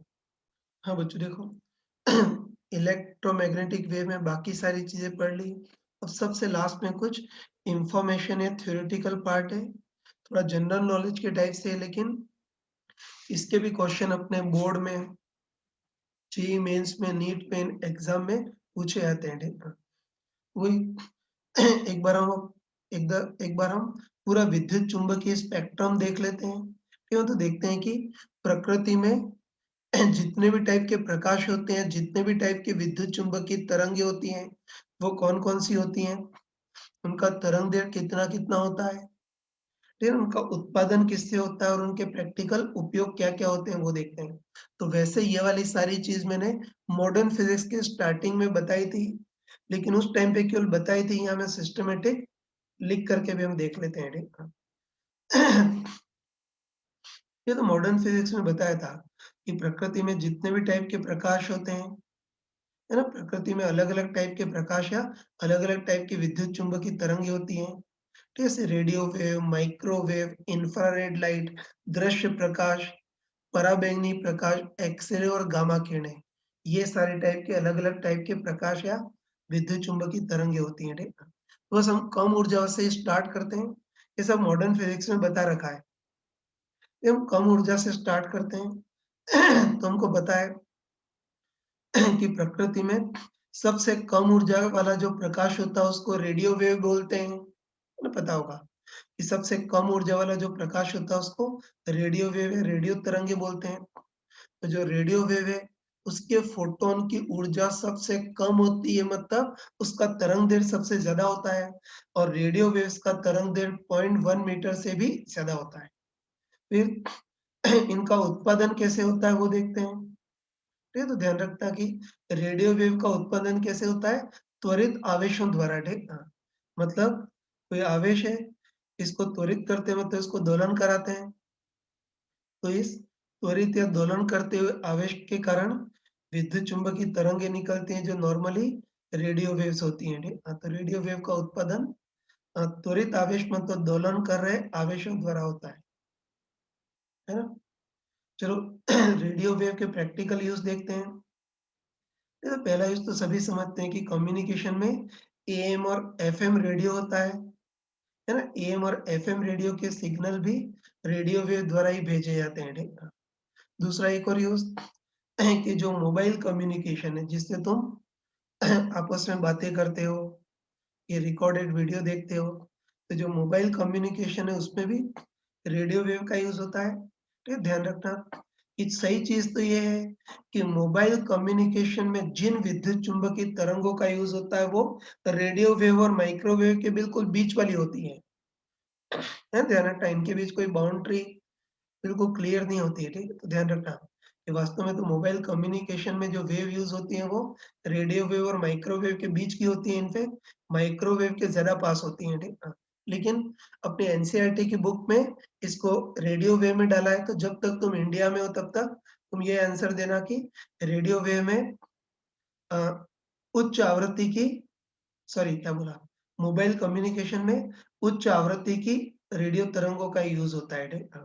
बाकी यूएस की अगर बुक में देखो, तो वहाँ माइक्रोवेव लिखा होता है क्योंकि मोबाइल की जो वेव्स होती हैं वो दोनों के बीच की होती हैं। तो इंडिया में रेडियो वेव लिखा होता है और यूएस में मोबाइल कम्युनिकेशन में माइक्रोवेव यूज़ होता है, इस टाइप से लिखा होता है, ठीक है? तो तुम समझ जाना कि अगर इन दोनों में कॉम्पिटिशन हो तो हम रेडियो वेव को टिक करेंगे क्योंकि एनसीईआरटी भगवा ने उसमें रेडियो वेव ही दे रखा है। लेकिन अगर रेडियो वेव ऑप्शन में नहीं हो तो फिर माइक्रोवेव लिखेंगे। इतनी स्मार्टनेस होनी चाहिए, ठीक? तो ये रेडियो वेव के यूज़ हो गए, ठीक है? चलो उसके बाद हमको पता है कि रेडियो वेव से थोड़ी-सी ज़्यादा ऊर्जा वाली जो विद्युत चुम्बकीय तरंगें होती हैं, वो कौन-सी होती हैं? माइक्रोवेव। ये तो हमको पता है कि रेडियो वेव की तुलना में माइक्रोवेव की फोटॉन की ऊर्जा थोड़ी-सी ज़्यादा होती है, तो तरंग दैर्घ्य थोड़ा कम होता है। तो माइक्रोवेव का तरंग दैर्घ्य 0.1 मीटर से तो कम होता है, लेकिन 1 मिलीमीटर से ज़्यादा होता है। मतलब इसका तरंग दैर्घ्य 1 मिलीमीटर से 0.1 मीटर के बीच होता है। उत्पन्न कैसे करते हैं वो देखते हैं। ठीक है, तो इन्फॉर्मेशन की फॉर्म में ध्यान रखना कि माइक्रोवेव को किसके द्वारा उत्पन्न करते हैं? मैग्नेट्रॉन वॉल द्वारा उत्पन्न करते हैं या फिर कई बार क्लेस्ट्रॉन वॉल द्वारा भी उत्पन्न करते हैं, ठीक है? फिर एनसीईआरटी की बुक में दे रखा है। बाकी इसका बहुत डिटेल तो हायर साइंस में आएगा, बाकी ध्यान रखना है कि माइक्रोवेव को मैग्नेट्रॉन वॉल द्वारा उत्पन्न करते हैं, कई बार क्लेस्ट्रॉन वॉल द्वारा उत्पन्न करते हैं, ठीक? चलो, अब माइक्रोवेव के प्रैक्टिकल एप्लीकेशन।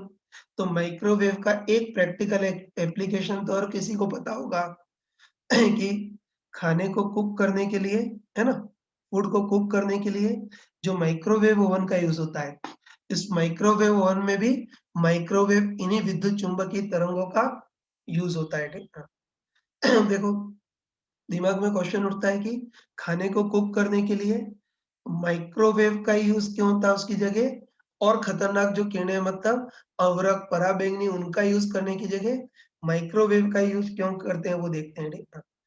तो इसका आंसर ये है कि माइक्रोवेव की जो आवृत्ति है, वो वाटर मॉलिक्यूल की प्राकृतिक आवृत्ति के काफ़ी क्लोज़ होती है, ठीक है? है ना? अपने एनसीईआरटी की बुक में दे रखा है कि वाटर मॉलिक्यूल की प्राकृतिक आवृत्ति 3 गीगाहर्ट्ज़ के आसपास होती है ना? वाटर मॉलिक्यूल भी आपस में वाइब्रेट करते हैं। ठीक है? इन्फॉर्मेशन ध्यान रखना कि वाटर मॉलिक्यूल की जो प्राकृतिक आवृत्ति होती है वो 3 गीगाहर्ट्ज़ होती है और ये 3 गीगाहर्ट्ज़ जो आवृत्ति है वो माइक्रोवेव की होती है, ठीक है ना? तो बस अच्छे ध्यान रखना कि माइक्रोवेव की आवृत्ति वाटर मॉलिक्यूल की प्राकृतिक आवृत्ति के काफ़ी क्लोज़ होती है, इसीलिए फूड को कुक करने के लिए माइक्रोवेव ओवन का यूज़ होता है, ठीक है? तो माइक्रोवेव ओवन कैसे वर्क करता है वो देखते हैं। ठीक है, जैसे कोई भी फूड मटेरियल है, ठीक है, तुम्हारे दाल बॉयल करनी है, चावल बॉयल करना है, कोई अ, मुर्गा बॉयल करना है ना? तो कोई भी फूड मटेरियल है, तो उसपे क्या करते हैं माइक्रोवेव गिराते हैं। ठीक है, तो कोई जैसे कोई भी फूड मटेरियल कुक करना है तो हमको पता है कि इंसान जो भी फूड खाता है उसमें मेनली वाटर कंटेंट होता है, चाहे चावल हो, दाल हो, कोई अंडा हो, मुर्गा हो, कोई भी हो। तो हमको पता है कि इंसान जो भी फूड खाता है उसमें मेनली वाटर कंटेंट होता है ना? तो ध्यान रखना कि फूड को कुक करने के लिए फूड के अंदर स्थित वाटर को गर्म करना होता है ना? तो उसके लिए क्या करते हैं कि उस फूड पर माइक्रोवेव गिराते हैं, ठीक है? और ध्यान रखना, है ना? उस फूड पर माइक्रोवेव गिराते हैं और ध्यान रखना कि माइक्रोवेव की आवृत्ति ऐसी सेट करते हैं ताकि वो वाटर मॉलिक्यूल की प्राकृतिक आवृत्ति से मैच कर जाए। मतलब नॉर्मली वाटर मॉलिक्यूल की प्राकृतिक आवृत्ति 3 गीगाहर्ट्ज़ होती है। तो फूड को कुक करने के लिए उसपे जो माइक्रोवेव गिराते हैं उसकी भी आवृत्ति लगभग 3 गीगाहर्ट्ज़ के आसपास ही सेट करते हैं, ठीक है? बस तुम बताओ कि माइक्रोवेव की आवृत्ति ऐसी सेट करते हैं ताकि वो वाटर मॉलिक्यूल की प्राकृतिक आवृत्ति या अनुनादी आवृत्ति से मैच कर जाए। और ध्यान रखना कि माइक्रोवेव की आवृत्ति वाटर मॉलिक्यूल की प्राकृतिक आवृत्ति से मैच कर गई, तो अब माइक्रोवेव से वाटर मॉलिक्यूल में ऊर्जा का स्थानांतरण बहुत ज़्यादा इफेक्टिव होगा। है ना? बोल सकते हैं कि माइक्रोवेव की आवृत्ति वाटर मॉलिक्यूल की प्राकृतिक आवृत्ति से मैच कर गई, तो माइक्रोवेव से वाटर मॉलिक्यूल में ऊर्जा का स्थानांतरण बहुत ज़्यादा होगा। ठीक है ना? मतलब इस माइक्रोवेव के कारण जो भी फूड है उसमें वाटर बहुत जल्दी गर्म हो जाएगा। वाटर गर्म होगा तो वाटर अपनी ऊष्मा आस-पास वाले फूड पार्टिकल को भी देगा, तो बस वाटर गर्म हो जाएगा तो उसके कारण फूड मटेरियल भी जल्दी से गर्म हो जाएगा, जल्दी से कुक हो जाएगा, ठीक है? बस इसीलिए हम माइक्रोवेव का यूज़ करते हैं। ये तो इसके लिए बिल्कुल परफेक्ट स्टेटमेंट हमने लिख दिया किताबी शब्दों में कि माइक्रोवेव की आवृत्ति ऐसी सेट करते हैं ताकि यह वाटर मॉलिक्यूल की प्राकृतिक आवृत्ति से मैच कर जाए। है ना? अगर माइक्रोवेव की आवृत्ति वाटर मॉलिक्यूल की प्राकृतिक आवृत्ति से मैच कर गई, तो वाइट माइक्रोवेव से वाटर मॉलिक्यूल में ऊर्जा का जो स्थानांतरण होता है, वो बहुत ज़्यादा होता है और इफेक्टिव होता है। तो वाटर मॉलिक्यूल गर्म हो जाते हैं। वाटर गर्म होगा, तो वो अपनी ऊष्मा फूड मटेरियल को भी देगा, तो उसके कारण फूड भी अच्छे से कुक हो जाएगा। है ना? इसीलिए माइक्रोवेव का यूज़ करते हैं, ठीक है? है ना? मतलब रेंटा कि अपने इंडिया में ज़्यादातर लोग तो फूड को कुक करने के लिए स्टोव का यूज़ करते हैं।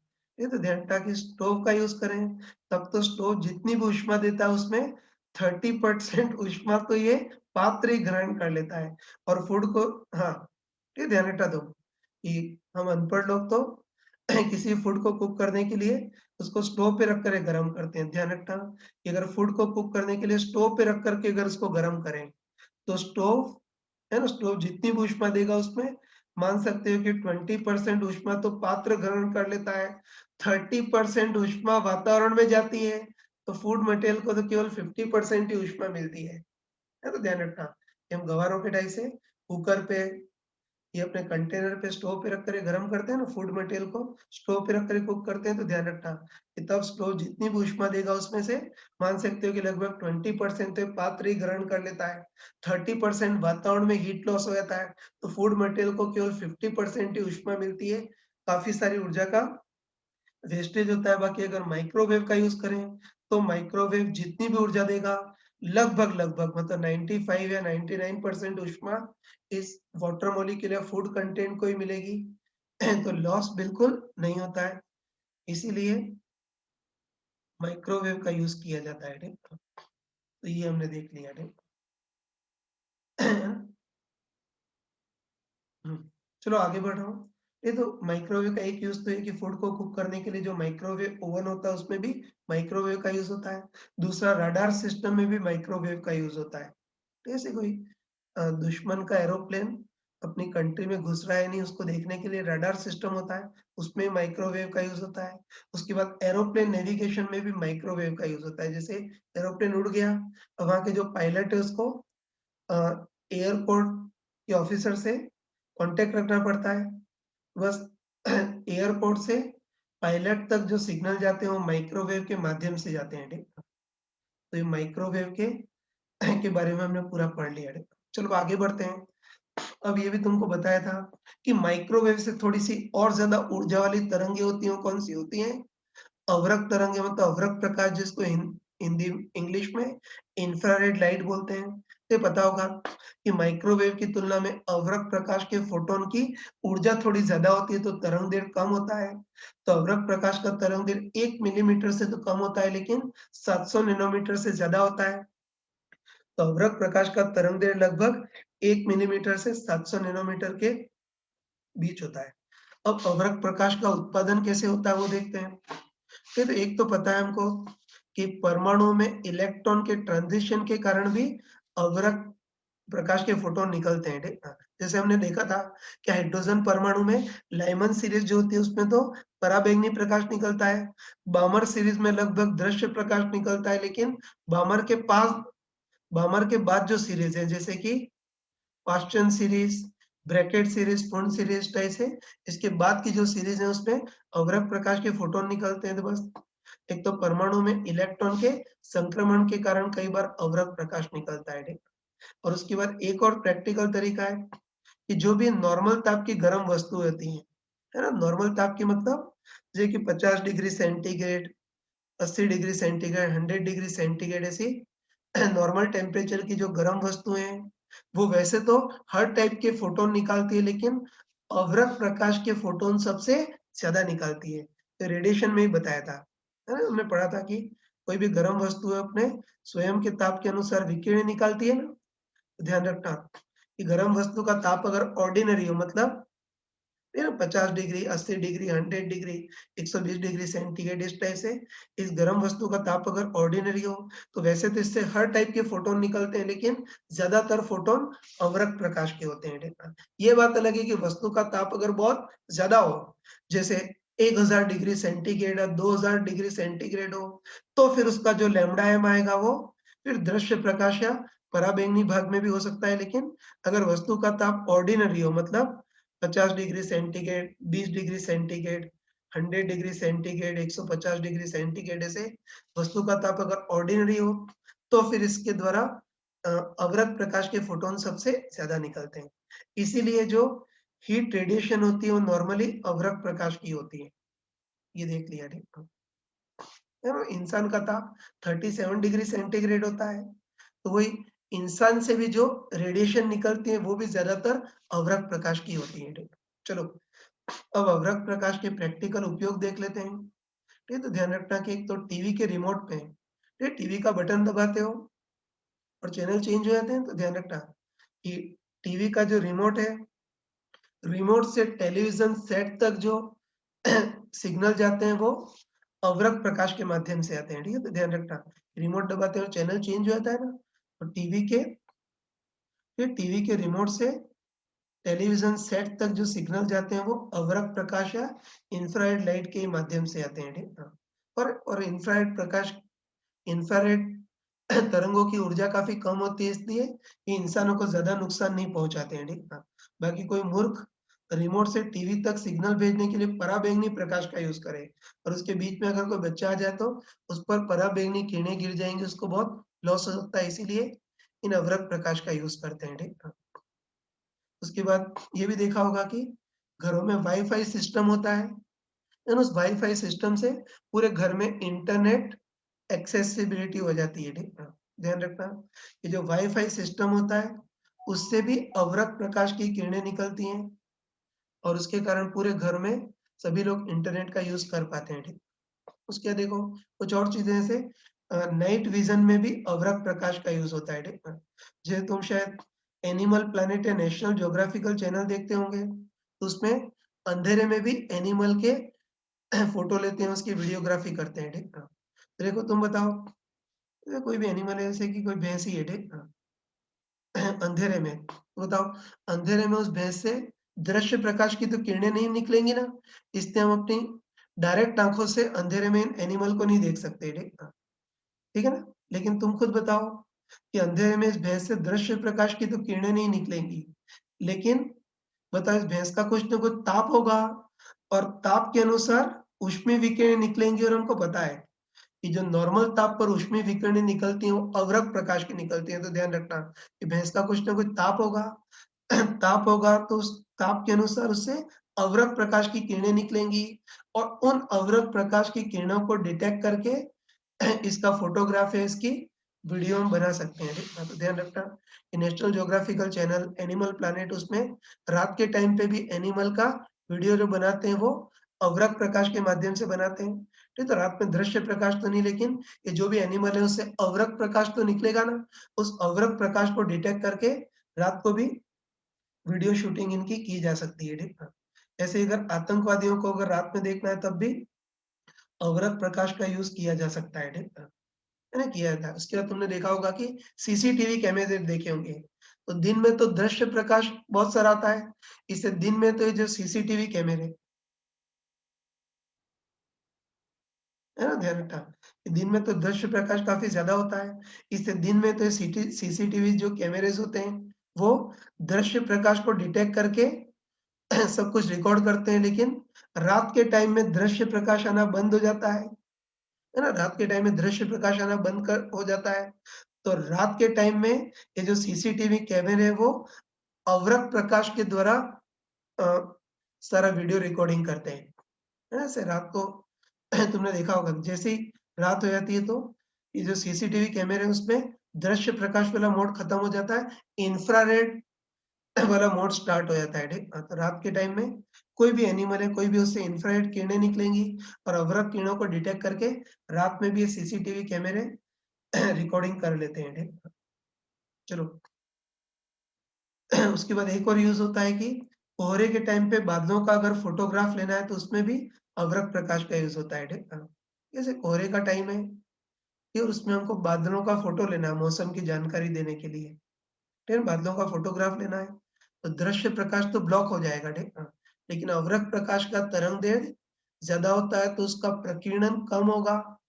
ये तो बादलों तक उसकी किरणें निकल जाएँगी, बादलों की किरणें अपने कैमरे तक पहुँच जाएँगी, इसलिए ध्यान रखना कि कोहरे के टाइम पे फॉगी कंडीशन में क्लाउड का अगर फ़ोटोग्राफ लेना है तो उसके लिए भी अवरक्त प्रकाश का यूज़ करते हैं।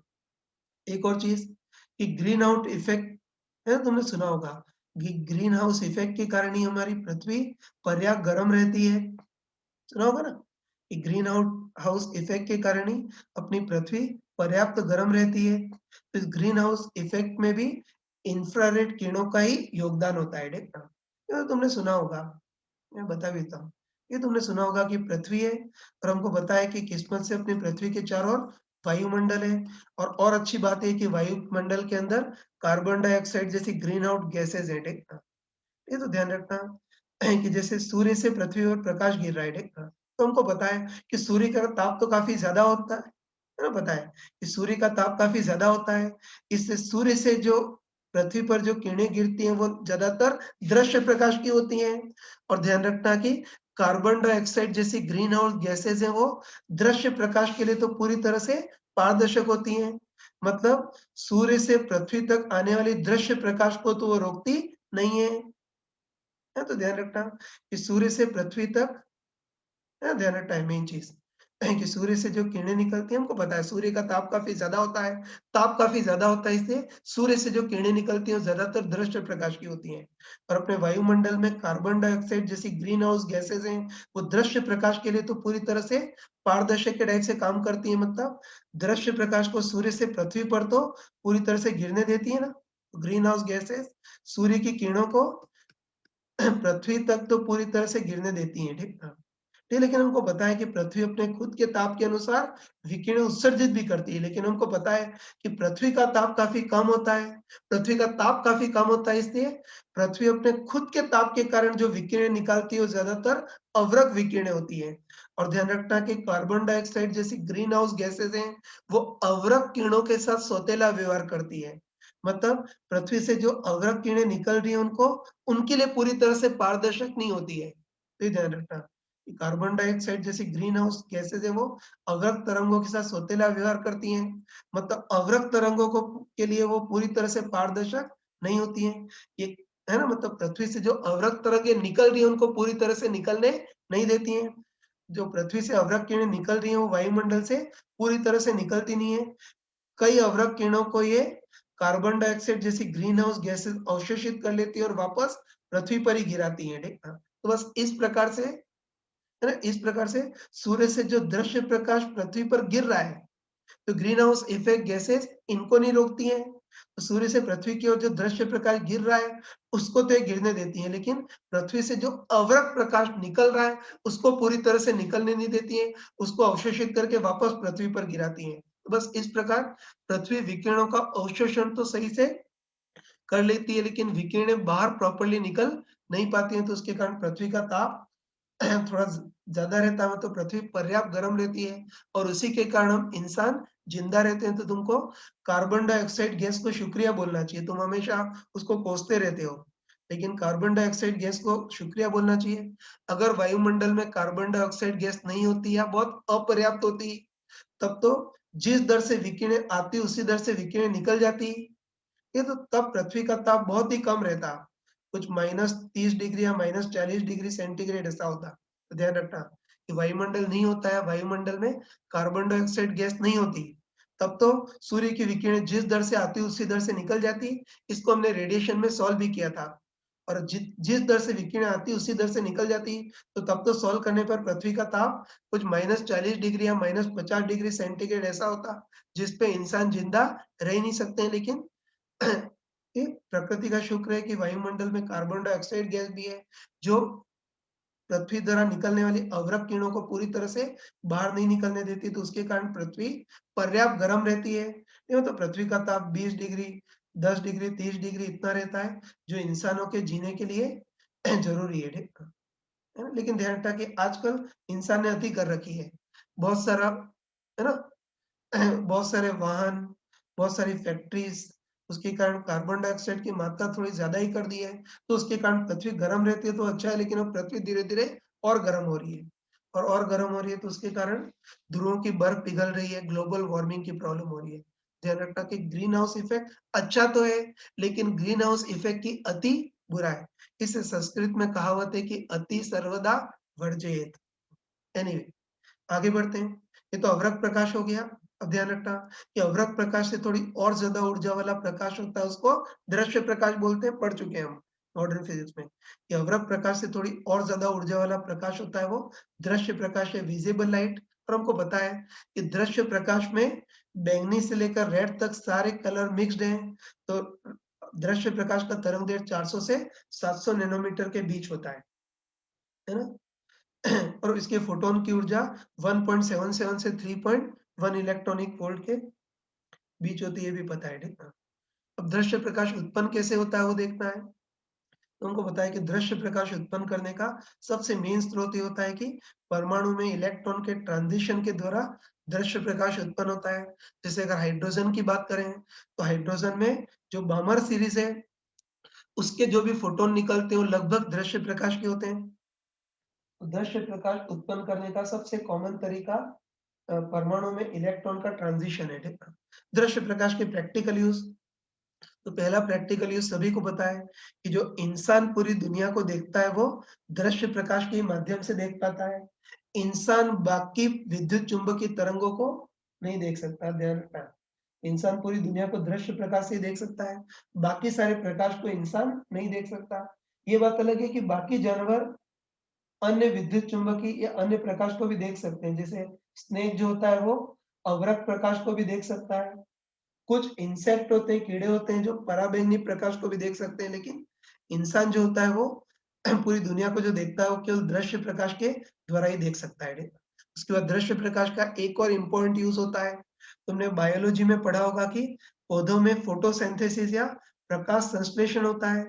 तो प्रकाश संश्लेषण में भी सबसे ज़्यादा कौन-सा प्रकाश यूज़ होता है? दृश्य प्रकाश का ही सबसे ज़्यादा यूज़ होता है। तो दृश्य प्रकाश के भी को भी देख लिया। हाँ, बच्चों देखो, अब दृश्य प्रकाश से और ज़्यादा ऊर्जा वाली जो किरणें होती हैं, वो कौन-सी होती हैं? पराबैंगनी प्रकाश, या इसको इंग्लिश में अल्ट्रावायलेट लाइट बोलते हैं। इसका तरंगदैर्घ्य तो हमको पता है कि दृश्य प्रकाश की तुलना में पराबैंगनी के फोटॉन की ऊर्जा ज़्यादा होती है, तो तरंगदैर्घ्य कम होता है। तो पराबैंगनी किरणों का तरंगदैर्घ्य 400 नैनोमीटर से कम होता है, लेकिन 1 नैनोमीटर से ज़्यादा होता है। तो इनका तरंगदैर्घ्य 400 नैनोमीटर से 1 नैनोमीटर के बीच होता है। ये कोई हार्ड या बिल्कुल क्लियर लाइन नहीं है, तो लगभग है, ठीक? ओके। अब पराबैंगनी तरंग किरणों को उत्पन्न कैसे करते हैं, तो हमको पता है कि पराबैंगनी फोटॉन भी कैसे निकलते हैं? परमाणुओं में इलेक्ट्रॉन के संक्रमण द्वारा, ठीक? जैसे हाइड्रोजन परमाणु है, उसमें लाइमन सीरीज़ के सारे फोटॉन पराबैंगनी प्रकाश के होते हैं ना, वैसे ही बाकी भी परमाणु में इलेक्ट्रॉन के संक्रमण के कारण पराबैंगनी किरणें निकल सकती हैं, ठीक? चलो, अब इसके प्रैक्टिकली उपयोग, तो पहला प्रैक्टिकल उपयोग तुम सभी को पता होगा कि जैसे वाटर प्यूरिफिकेशन के लिए या वाटर के अंदर बैक्टीरिया और वायरस को मारने के लिए एक्वागार्ड जो सिस्टम होता है उसमें यूवी लाइट का यूज़ होता है। है ना? सभी ने देखा होगा। वाटर प्यूरिफिकेशन के लिए एक्वागार्ड सिस्टम होता है। एक ये अलग-अलग टाइप की कंपनीज़ आती हैं, कैंट, एक्वागार्ड ये सब। तो याद रखना कि वाटर प्यूरिफिकेशन के लिए जो एक्वागार्ड सिस्टम होता है उसमें यूवी लाइट का यूज़ होता है। मतलब उसमें क्या करते हैं कि पानी के अंदर पराबैंगनी प्रकाश गिराते हैं। तो पराबैंगनी प्रकाश जो है वो वाटर मॉलिक्यूल के तो आर-पार निकल जाता है, लेकिन पानी के अंदर जो वायरस है, बैक्टीरिया उनको नष्ट कर लेता है। उससे वाटर प्योर हो जाता है, ठीक।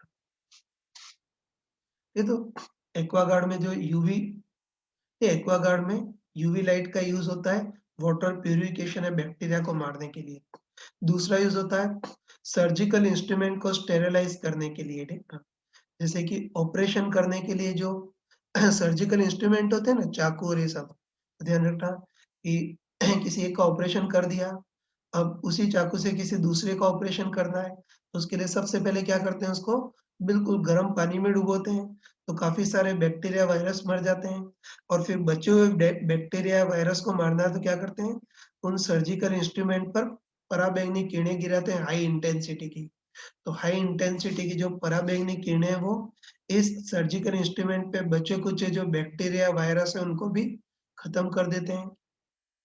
ये तो सर्जिकल इंस्ट्रूमेंट को शुद्धिकरण या स्टेरिलाइज़ेशन करना है तो उसके लिए भी पराबैंगनी किरणें गिराते हैं। उसके बाद बायोलॉजी में तुमने पढ़ा होगा कि कृत्रिम उत्परिवर्तन कराना है तो उसके लिए भी पराबैंगनी किरणें गिराते हैं, ठीक है?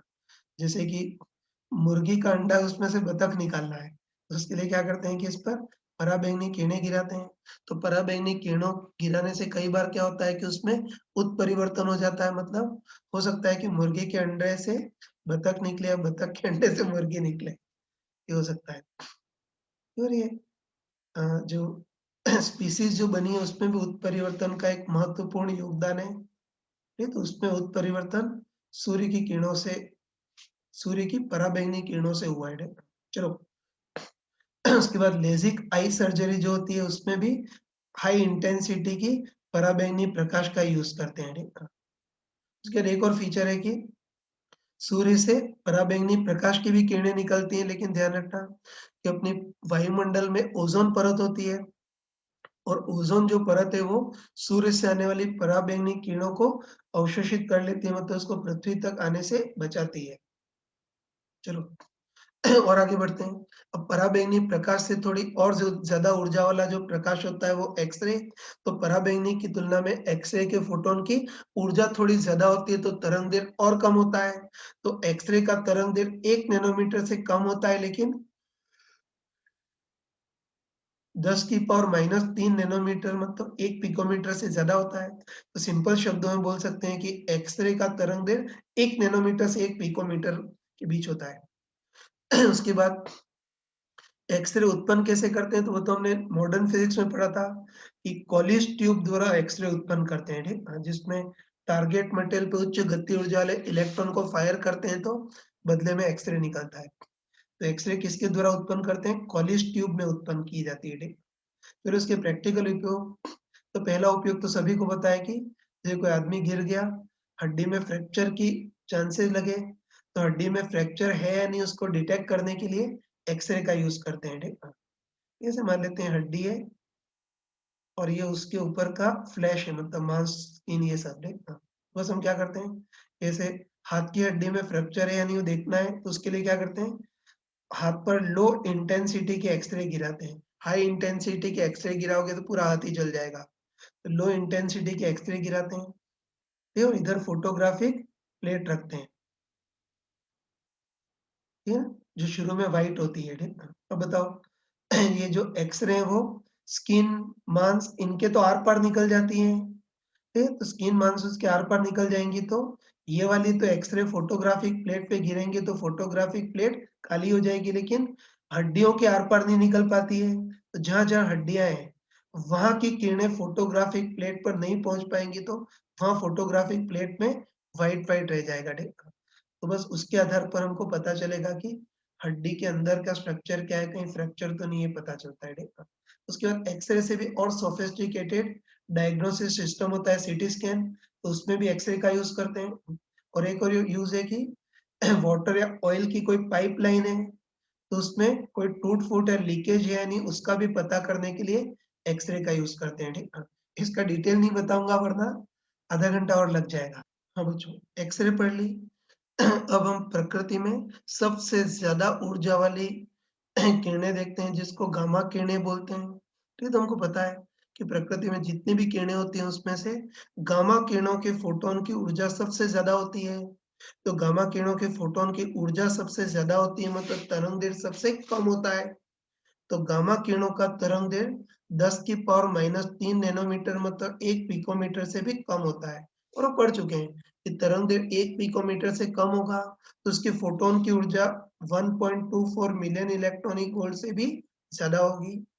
अब गामा किरणों का उत्पादन कैसे होता है वो देखना है। ये तो न्यूक्लियर फिजिक्स में बता चुका हूँ कि परमाणु में अगर इलेक्ट्रॉन का ट्रांजिशन हो तब तो कम ऊर्जा के ही फोटॉन निकलते हैं जिसको दृश्य प्रकाश या पराबैंगनी प्रकाश बोलते हैं। लेकिन अगर नाभिक का ही ट्रांजिशन हो, है ना? नाभिक का अगर ट्रांजिशन हो, मतलब नाभिक अस्थायी अवस्था से ग्राउंड स्टेट में गिरे, तो फिर बहुत ज़्यादा ऊर्जा वाले फोटॉन निकलते हैं जिसको गामा किरणें बोलते हैं। तो न्यूक्लियर